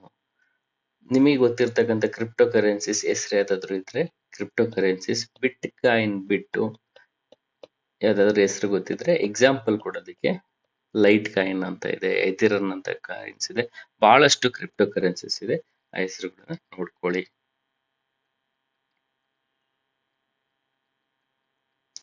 ಸೊ ನಾವು ಲಾಸ್ಟ್ ಎಪಿಸೋಡ್ ನಲ್ಲಿ ಮಾತನಾಡಿದ್ವಿ, ರವಿ ಚೋಪ್ರಾ ಅಂತಕ್ಕಂಥ ಒಬ್ರು ಒಂದು ಕಮಿಟಿ 2013ರಲ್ಲಿ ಸುಪ್ರೀಂ ಕೋರ್ಟ್ ನೇತೃತ್ವದಲ್ಲಿ ಒಂದು ರಚನೆ ಆಗುತ್ತೆ ಅಂತ. ಅವ್ರದ್ದೇ ಇಂಟರ್ವ್ಯೂ ಬಂದಿದೆ. ಅವ್ರ ಇಂಟರ್ವ್ಯೂ ನಲ್ಲಿ ಏನ್ ಹೇಳ್ತಾರೆ ಅಂತಕ್ಕಂಥದ್ದು ನೋಡೋಣ. ಇದು ಮತ್ತೆ ಅಗೇನ್ ಡ್ಯಾಮ್ಸ್ ಗೆ ಸಂಬಂಧಪಟ್ಟಿರ್ತಕ್ಕಂಥದ್ದು. 2013ರಲ್ಲಿ ಇವ್ರ ನೇತೃತ್ವದಲ್ಲಿ 24 ಅಥವಾ 26 ಪ್ರಾಜೆಕ್ಟ್ಗಳು ಬೇಕಾ ಬೇಡವಾ ಉತ್ತರಾಖಂಡದಲ್ಲಿ ಅಂತೇಳಿ ಒಂದು ತೀರ್ಪನ್ನ, ಅಂದ್ರೆ ಒಂದು ರಿಪೋರ್ಟ್ ನ ವರದಿನ ಸಲ್ಲಿಸಿರ್ತಾರೆ. ಅವ್ರ ಇಂಟರ್ವ್ಯೂ ನಲ್ಲಿ ಡಿಸಾಸ್ಟರ್ ಮತ್ತೆ ಇತ್ತೀಚೆಗೆ ಆಗಿದ್ದಂತ ಡಿಸಾಸ್ಟರ್ಗೆ ಸಂಬಂಧಪಟ್ಟಂತದ್ದನ್ನ ನಾವು ನೋಡ್ತಾ ಹೋಗೋಣ. ಏನ್ ಪ್ರಶ್ನೆಗೆ ಏನ್ ಉತ್ತರ ಹೇಳ್ತಾರೆ ಅಂತ. ಇದು ಡಿಸಾಸ್ಟರ್ ಹೇಗ್ ಆಗಿದೆ, ಅದನ್ನ ಯಾವ ರೀತಿಯಾಗಿ ನೋಡ್ತೀರಾ, ಇದು ನ್ಯಾಚುರಲ್ ನೈಸರ್ಗಿಕನ ಅಥವಾ ಮ್ಯಾನ್ ಮೇಡ ಅಂತ. ಅವ್ರೇನ್ ಹೇಳ್ತಾರೆ, ಡ್ಯಾಮ್ಸ್ ಇಲ್ದೆ ಹೋಗಿದ್ರೆ, ಫಾರ್ ಎಕ್ಸಾಂಪಲ್ 2200 ಅಂದ್ರೆ ಈ ಆಲ್ಟಿಟ್ಯೂಡ್ ನಲ್ಲಿ ಏನಾಗುತ್ತೆ, ನೀರಿನ ರಭಸ ಹೆಚ್ಚಾಗುತ್ತೆ. ಸೊ ಗಂಗಾ ನದಿನಲ್ಲಿ ಫ್ಲಡ್ ಬಂತು ಅಂತಂದ್ರೆ ಅದು ಫ್ಲಾಟ್ ಇರ್ತದೆ, ಅಂತಂದ್ರೆ ಇಲ್ಲೋ ಒಂದ್ ಕಡೆ ಸ್ಲೋ ಆದಂತಹ ಒಂದು ಸ್ಟೀಪ್ ಇರ್ತದೆ. ಬಟ್ ಇಲ್ಲಿ ಏನಾಗುತ್ತೆ, ಈ ಹಿಮಾಲಯ ಪರ್ವತದಿಂದ ತುಂಬಾ ರಭಸವಾಗಿ ಬರುತ್ತೆ. ಒಂಚೂರು ನೀರ್ ಬಂತು ಅಂದ್ರೆ ತುಂಬಾ ರಭಸವಾಗಿ ಬರುತ್ತೆ. At the height of the 2200 meters altitude ನಲ್ಲಿ, ಅದಕ್ಕಿಂತ ಹೆಚ್ಚಿರೋ ಕಡೆ ಹೆಚ್ಚು ಡ್ಯಾಮ್ಗಳನ್ನ ಕಟ್ಟೋ ಅವಶ್ಯಕತೆ ಇಲ್ಲ, ಅಥವಾ ಹೈಡ್ರೋ ಪವರ್ ಪ್ರಾಜೆಕ್ಟ್ಸ್ ನ ಮಾಡೋ ಅವಶ್ಯಕತೆ ಇಲ್ಲ ಅಂತಕ್ಕಂಥ ಇವ್ರದ್ದು ವಾದ ಇದೆ. ಯಾಕೆ ಅಂತಂದ್ರೆ ಈ ಕಾರಣಕ್ಕೋಸ್ಕರ ನಾವು ಮಾಡಿರ್ತಕ್ಕಂಥ ಇಲ್ಲ ಪ್ರಾಜೆಕ್ಟ್ಗಳು 2200 ಮೀಟರ್ ಮೇಲೆ ಇರ್ತಕ್ಕಂಥದ್ದು. ಹಾಗಾಗಿ ಇದು ನ್ಯಾಚುರಲ್ ಡಿಸಾಸ್ಟರ್ ಗಿಂತ ಮ್ಯಾನ್ ಮೇಡ್ ಡಿಸಾಸ್ಟರ್ ಅಂತಕ್ಕಂಥದ್ದನ್ನ ಹೇಳ್ತಾರೆ. ಅಲ್ಲೂ ಕೂಡ ಇನ್ನೊಂದು ಇಂಪಾರ್ಟೆಂಟ್ ಆದಂತ ಪಾಯಿಂಟ್ ಹೇಳ್ತಾರೆ. ನಾರ್ಮಲ್ ಆಗಿ ಐಸ್ ಅಥವಾ ಸ್ನೋ ಜೊತೆಗೆ ಫ್ರೆಶ್ ವಾಟರ್ ಮತ್ತೆ ಸೇರ್ಕೊಂಡ್ರೆ ಏನಾಗುತ್ತೆ, ತುಂಬಾ ಲೀತಲ್ ಕಾಂಬಿನೇಷನ್ ಅಂತ ಹೇಳ್ತಾರೆ. ಅದು ಉರುಳ್ತಾ ಕೆಳಗಡೆ ಹೋಗೋ ಸಂದರ್ಭದಲ್ಲಿ, ನಿಮಗೆ ಗೊತ್ತಿರ್ಬೋದು, ಜಿಯೋಗ್ರಫಿನಲ್ಲಿ ಓದಿರ್ತೀರಾ, ಹಿಮಾಲಯ ದಲ್ಲಿರ್ತಕ್ಕಂತಹ ಜಿಯೋಗ್ರಫಿಕಲ್ ಅಥವಾ ಅಲ್ಲಿರ್ತಕ್ಕಂಥ ರಾಕ್ಸ್, ಅಲ್ಲಿ ಭೂಕುಸಿತ ಆಗುವಂಥದ್ದು ಹೆಚ್ಚು. ಹಾಗಾಗಿ ಅಲ್ಲಿರ್ತಕ್ಕಂಥ ರಾಕ್ಸ್ ಕೂಡ ಅದ್ರ ಜೊತೆ ಸೇರ್ಕೊಂಡ್ರೆ ನೀರಿನ ವಾಲ್ಯೂಮ್ ಜಾಸ್ತಿ ಆಗುತ್ತೆ, ಸ್ಪೀಡ್ ಜಾಸ್ತಿ ಆಗುತ್ತೆ. ಸ್ಪೀಡ್ ಜಾಸ್ತಿ ಆದಾಗ ಅದ್ರ ಜೊತೆಗೆ ಬೋಲ್ಡರ್ಸ್ ಇರ್ತದೆ, ಅದನ್ನ ತಡೆಯೋದಕ್ಕೆ ಯಾರಿಂದನೂ ಆಗೋದಿಲ್ಲ. ಈ ರೀತಿಯಾದಂತಹ ಅನಾಹುತಗಳು ಆಗುತ್ತೆ ಅಂತ ಹೇಳಿ ಅವ್ರು ಹೇಳ್ತಾರೆ. ಅದಾದ ನಂತರ, in the after math of the 2013 floods, you had led a committee under the orders of the Supreme Court. ನಾನು ಹೇಳಿದೆ, ಸುಪ್ರೀಂ ಕೋರ್ಟ್ ನ ಆರ್ಡರ್ ಅಥವಾ ಆದೇಶದ ಮೇಲೆ 2013ರಲ್ಲಿ ರವಿ ಚೋಪ್ರಾ ಅವರ ವರದಿನಲ್ಲಿ ಏನೇನಿದೆ ಅಂತ ಹೇಳಿ ತಿಳ್ಕೊಳ್ಬೇಕಾಗುತ್ತೆ ನಾವು. ಅವರ ನೇತೃತ್ವದಲ್ಲಿ ಈ ಒಂದು ಹೈಡ್ರೋ ಪವರ್ ಪ್ರಾಜೆಕ್ಟ್ಸ್ಗೆ ಬೇಕಾ ಬೇಡವಾ ಅಂತ ಹೇಳಿ ತೀರ್ಮಾನ, ಅಂದ್ರೆ ವರದಿಯನ್ನ ಕೊಟ್ಟಿರ್ತಾರೆ. ಆ ವರದಿ ಬೇಡ ಅಂತ ಹೇಳಿರ್ತಾರೆ. ಆದ್ರೆ ಸರ್ಕಾರಗಳು, ಅಲ್ಲಿರ್ತಕ್ಕಂಥ ಉತ್ತರಾಖಂಡ ಸರ್ಕಾರ ಅಲ್ಲಿಗೆ ಬಹುಮುಖ್ಯವಾದಂತಹ ಆದಾಯ ಬರ್ತಕ್ಕಂಥದ್ದೇ ಪವರ್ ಜನರೇಷನ್ ಇಂದ. ಪವರ್ ಜನರೇಷನ್ ಮಾಡೋದಕ್ಕೆ ಅಲ್ಲಿ ನ್ಯಾಚುರಲ್ ಆಗಿ ಸಿಗ್ತಕ್ಕಂಥದ್ದು ಬಹಳಷ್ಟು ನದಿಗಳು ಹರಿಯುತ್ತೆ. ಹಾಗಾಗಿ ಹೈಡ್ರೋ ಪವರ್ ಪ್ರಾಜೆಕ್ಟ್ಸ್ ಕಡೆ ಅವ್ರು ಗಮನ ಹರಿಸ್ತಾರೆ. ಸೊ ಹಾಗಾಗಿ ಈ ವರದಿಗಳನ್ನ ರಿಜೆಕ್ಟ್ ಮಾಡ್ತಾ ಹೋಗುತ್ತೆ. ಅದಾದ ನಂತರ ಮತ್ತಿನ್ನೊಂದು ವರದಿಗಳನ್ನ ಬೇರೆಯವ್ರ ನೇತೃತ್ವದಲ್ಲಿ ರಚನೆ ಮಾಡ್ತಾರೆ. ಅವರು ಕೂಡ ಅದೇ ವರದಿನ ಕೊಟ್ರು ಕೂಡ ಮತ್ತೆ ಉತ್ತರಾಖಂಡ ಗವರ್ಮೆಂಟ್ ಅದನ್ನ ಒಪ್ಕೊಳ್ಳೋದಿಲ್ಲ. ಸೊ ಹಾಗಾಗಿ ಈ ಅನಾಹುತ ಇದು ಮ್ಯಾನ್ ಮೇಡೆ ಅಂತಕ್ಕಂಥದ್ದು ರವಿ ಚೋಪ್ರಾ ಅವರ ಒಂದು ವಾದ. ಸೊ ಓಕೆ, ಹಾಗಿದ್ರೆ ಐಡಲ್ ಪವರ್ ಪ್ರಾಜೆಕ್ಟ್ ಬೇಡ ಅಂತಂದ್ರೆ ಮತ್ತಿನ್ನೇನ್ ಮಾಡ್ಬೇಕು ಅಂತಂದ್ರೆ ಅವ್ರು ಅದಕ್ಕೆ ಒಂದು ಡೇಟಾವನ್ನ ಕೊಡ್ತಾರೆ. ಒಂದು ಯೂನಿಟ್ ಎಲೆಕ್ಟ್ರಿಸಿಟಿನ ಪ್ರೊಡಕ್ಷನ್ ಮಾಡಬೇಕು ಅಂತಂದ್ರೆ ಐಡಲ್ ಪವರ್ ಪ್ರಾಜೆಕ್ಟ್ ನಲ್ಲಿ 7ರಿಂದ 8 ರೂಪಾಯಿ ಖರ್ಚಾಗುತ್ತೆ. ಯಾಕೆ ಅಷ್ಟೊಂದು ಖರ್ಚು ಮಾಡೋದು? ಇತ್ತೀಚೆಗೆ ನಮಗೆ ಗೊತ್ತಿರೋ ಹಂಗೆ ಸೋಲಾರ್ ಪವರ್ ಪ್ರಾಜೆಕ್ಟ್ ನಲ್ಲಿ ಒಂದು ಯೂನಿಟ್ 2 ರೂಪಾಯಿಗೆ ಸಿಗ್ತಾ ಇದೆ. ಸೊ ಹಾಗಾಗಿ 7ರಿಂದ 8 ರೂಪಾಯಿನ ಏನಕ್ಕೆ ಎಕನಾಮಿಕಲ್ ಆಗಿರ್ತಕ್ಕಂಥ ಆಕ್ಟಿವಿಟಿನ ಮಾಡ್ತೀರಾ ಅಂತಕ್ಕಂಥದ್ದು ಸಲಹೆ ಕೊಡ್ತಾರೆ. ಸೊ ಹಾಗಾಗಿ ಅವರು ನಿಮ್ಗೆ ಆದಾಯ ಬೇಕು ಅಂತಂದ್ರೆ ಸೋಲಾರ್ ಪವರ್ ಪ್ರಾಜೆಕ್ಟ್ ಕಡೆಗೆ ಹೋಗಿ, ಅಥವಾ ಇನ್ಫಾರ್ಮೇಶನ್ ಟೆಕ್ನಾಲಜಿ ಅಥವಾ IT ಬೇಸ್ಡ್ ಅಥವಾ ಸರ್ವಿಸ್ ಬೇಸ್ಡ್ ಎಕನಾಮಿಗೆ ಹೋಗೋದು ಒಳ್ಳೇದು ಅಂತ ಅವರು ಒಂದು ವಾದವನ್ನು ಹೇಳ್ತಾರೆ. ಸೊ ಇಲ್ಲಿಗೆ ಇದು ಮತ್ತೆ ಅಮೆರಿಕಗೆ ಸಂಬಂಧಪಟ್ಟಿರ್ತಕ್ಕಂಥದ್ದು ಕೊನೆಯಾದಂತಹ ಆರ್ಟಿಕಲ್. ಇರಾನ್ ನ್ಯೂಕ್ಲಿಯರ್ ಅಗ್ರಿಮೆಂಟ್ ಅಂತಂದ್ರೆ ಏನು ಇಲ್ಲ, joint comprehensive plan of action JCPOA ಅಂತ ಹೇಳ್ತಾರೆ. ಅಲ್ಲಿ ಇರಾನ್ಗೆ ನ್ಯೂಕ್ಲಿಯರ್ಗೆ ಒಂದು ನಿರ್ಬಂಧವನ್ನು ಹೇರಿರ್ತಾರೆ. ಇದು ಒಬಾಮಾ ಕಾಲದಲ್ಲಿ ಬಂದಂಥದ್ದು JCPOA. ಟ್ರಂಪ್ ಬಂದ ಸಂದರ್ಭದಲ್ಲಿ ಈ JCPOA ಅಗ್ರಿಮೆಂಟ್ ಅನ್ನ ವಿತ್ಡ್ರಾ ಮಾಡಿ ಇರಾನ್ಗೆ ಬಹಳಷ್ಟು ಸ್ಯಾಂಕ್ಷನ್ ಏರ್ತಾರೆ. ಸೊ ಹಾಗಾಗಿ ಬೈಡನ್ ಬಂದ ಸಂದರ್ಭದಲ್ಲಿ ಏನಾದ್ರೂ ಮತ್ತೆ ಇದು ರಿವೈವ್ ಆಗುತ್ತಾ ಅಂತಕ್ಕಂಥ ಒಂದು ವಾದವನ್ನ ಇಲ್ಲಿ ಹೇಳ್ತಾ ಹೋಗ್ತಾರೆ. ಸೊ ಇದು JCPOAಗೆ ಮತ್ತೇನಾದ್ರು ಅಗ್ರಿಮೆಂಟ್ ಮಾಡಿದ್ರೆ ಇರಾನ್ಗೆ ಮತ್ತೆ ಅವಕಾಶಗಳು ಸಿಗುತ್ತೆ ಹೆಚ್ಚೆಚ್ಚು ಎಕನಾಮಿಕಲ್ ಆಕ್ಟಿವಿಟೀಸ್ಗೆ.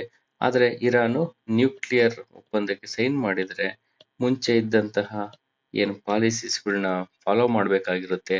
ನ್ಯೂಕ್ಲಿಯರ್ ಕ್ಷಿಪಣಿಗಳನ್ನಾಗಿರ್ಲಿ ಅಥವಾ ನ್ಯೂಕ್ಲಿಯರ್ ಪ್ಲಾಂಟ್ಸ್ಗಳನ್ನ ಅಬ್ಯಾಂಡನ್ ಮಾಡೋದಾಗ್ಲಿ ಅದಕ್ಕೆ ಅವರು ಒಪ್ಕೊಳ್ಬೇಕಾಗತ್ತೆ. ಬಟ್ ಆದ್ರೆ JCPOA ಇಂದ ಹೊರಗಡೆ ಬಂದಾಗ ಟ್ರಂಪ್ ಸರ್ಕಾರದ ಜೊತೆ ನಿಂತಿದ್ದು ಇಸ್ರೇಲ್ ಸರ್ಕಾರ.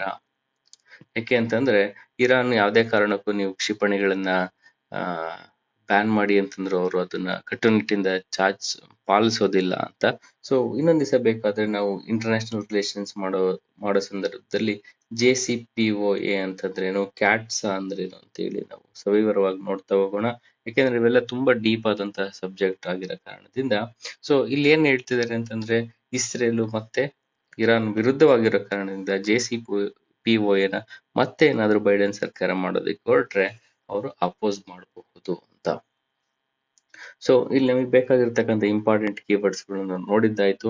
ಸೊ ಇದು ತುಂಬಾ ದೀರ್ಘವಾದಂತಹ ಸೆಷನ್ ಆಗಿರೋ ಕಾರಣದಿಂದ ಬಹಳಷ್ಟು ಕನ್ಫ್ಯೂಷನ್ ಆಗ್ಬೋದು. ಇಲ್ಲಿ ನೀವೇ ಮಾಡ್ಬೇಕಾಗಿರ್ತಕ್ಕಂಥ ಇಂಪಾರ್ಟೆಂಟ್ ವಿಚಾರ ಏನು ಅಂತಂದ್ರೆ ಇಲ್ಲಿ ಬರ್ತಕ್ಕಂತಹ ಕೀವರ್ಡ್ಸ್ ಗಳನ್ನ ನೋಟ್ ಮಾಡ್ಕೊಳ್ಬೇಕು. ಸಾಧ್ಯವಾದಲ್ಲಿ ಡೇಟಾ ಪಾಯಿಂಟ್ಸ್